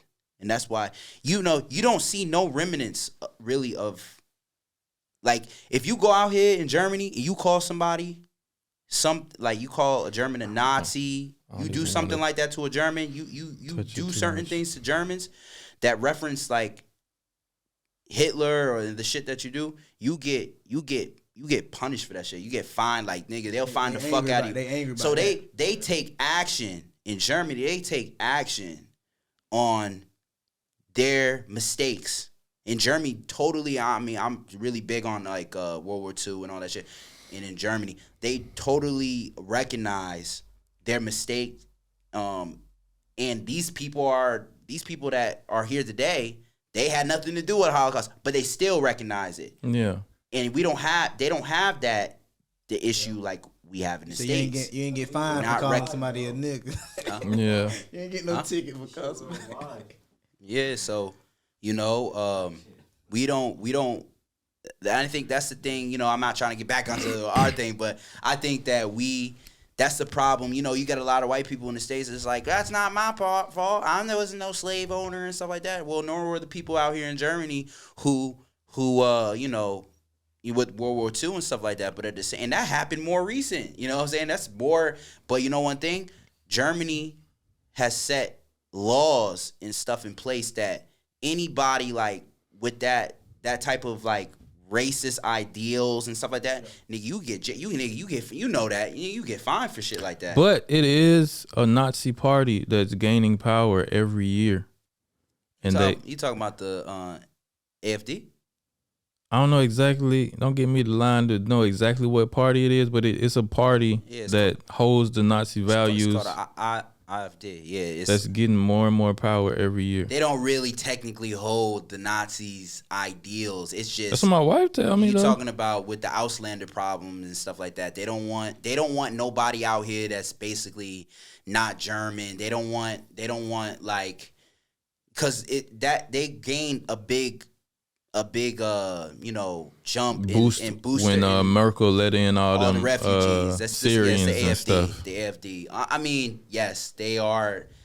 But the thing some of is, the ideologies is still kind of out here. But they went. That only boosted that up only because of the whole situation with the Auslanders that 1 year. What was it? I think it was 2017 when it was like 100,000 of them came in or something. In Köln, in Cologne, where those girls got raped by them refugees and stuff like that they let here in. Too. So it was like all over. It was like New Year's. A lot of women got raped out here because Germany was a very open country. Like when the refugees came, like with the whole shit with ISIS and all that shit with Syria, what happened in Aleppo, Germany it was one of the only European countries that was letting them in. And the only reason why they was like that because Germany is known for like, because of the Holocaust and stuff like that, they wanted to be, instead of a country that pushes people away and their mistakes from the Holocaust, they wanted to be a country that brought people in. Mm-hmm. You get what I'm saying? So these women got raped, So of course you have the group of people like, why the fuck we letting these motherfucking refugees in and shit like of that? Course. And that made in the AFD their policies and stuff like that. Like Tommy said, yes, they have these correct the word. So you fucked it up in my brain too right now. Ideologies about basically they want a only Germans in Germany and stuff like that. It sound like but they the lost whole Mexican American thing. But they lost like with the whole. It's dying down now because at the end of the day, people know that shit not right. You know what I mean? So yeah.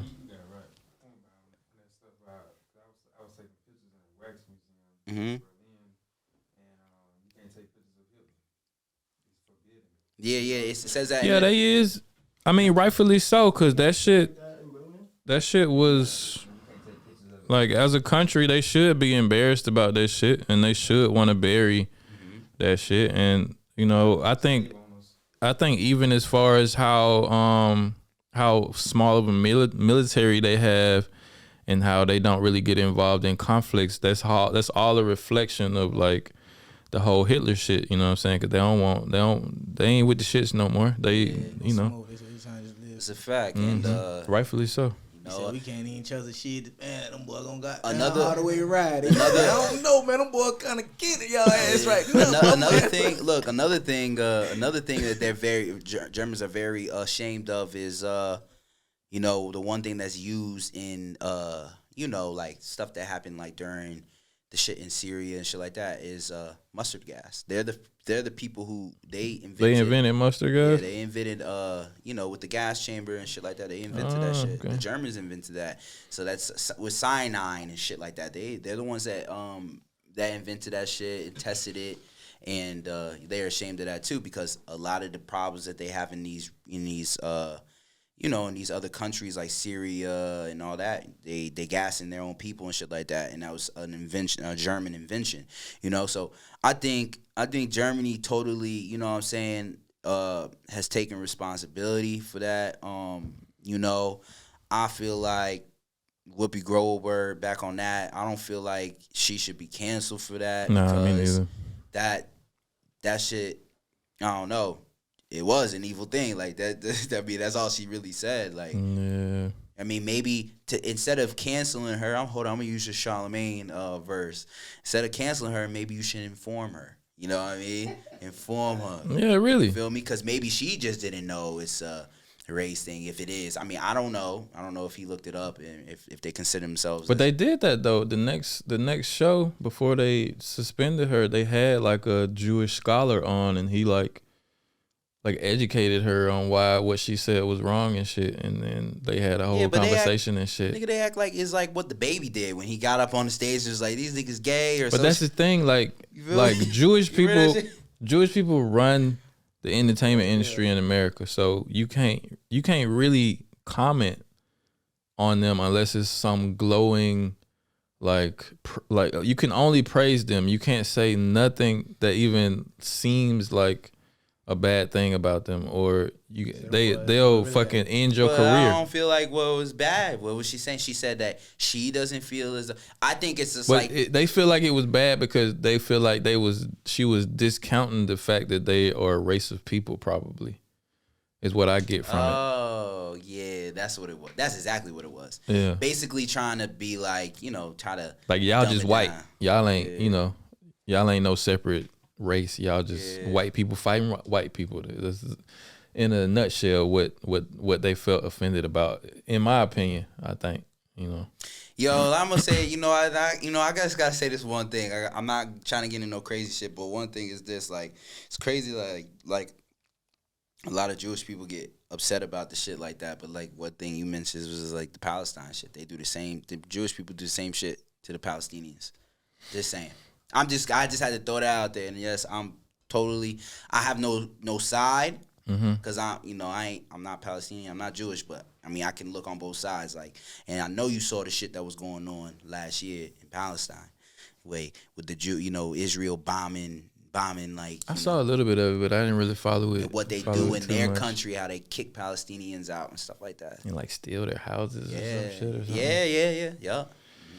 You know, we talk about that next time. Yeah, we can talk about that next time. We gotta wrap it up. Yeah, we've been on this shit for like 3 hours. That's probably the longest pod right here. Yeah, it's not supposed to go down though, man. We sitting around the table right now. Facts. Yeah. Proper planning prevents poor performance. You know, you gotta stay locked in with that. Hell yeah. That's how we stay locked in. And we appreciate you for coming through, my brother. Facts.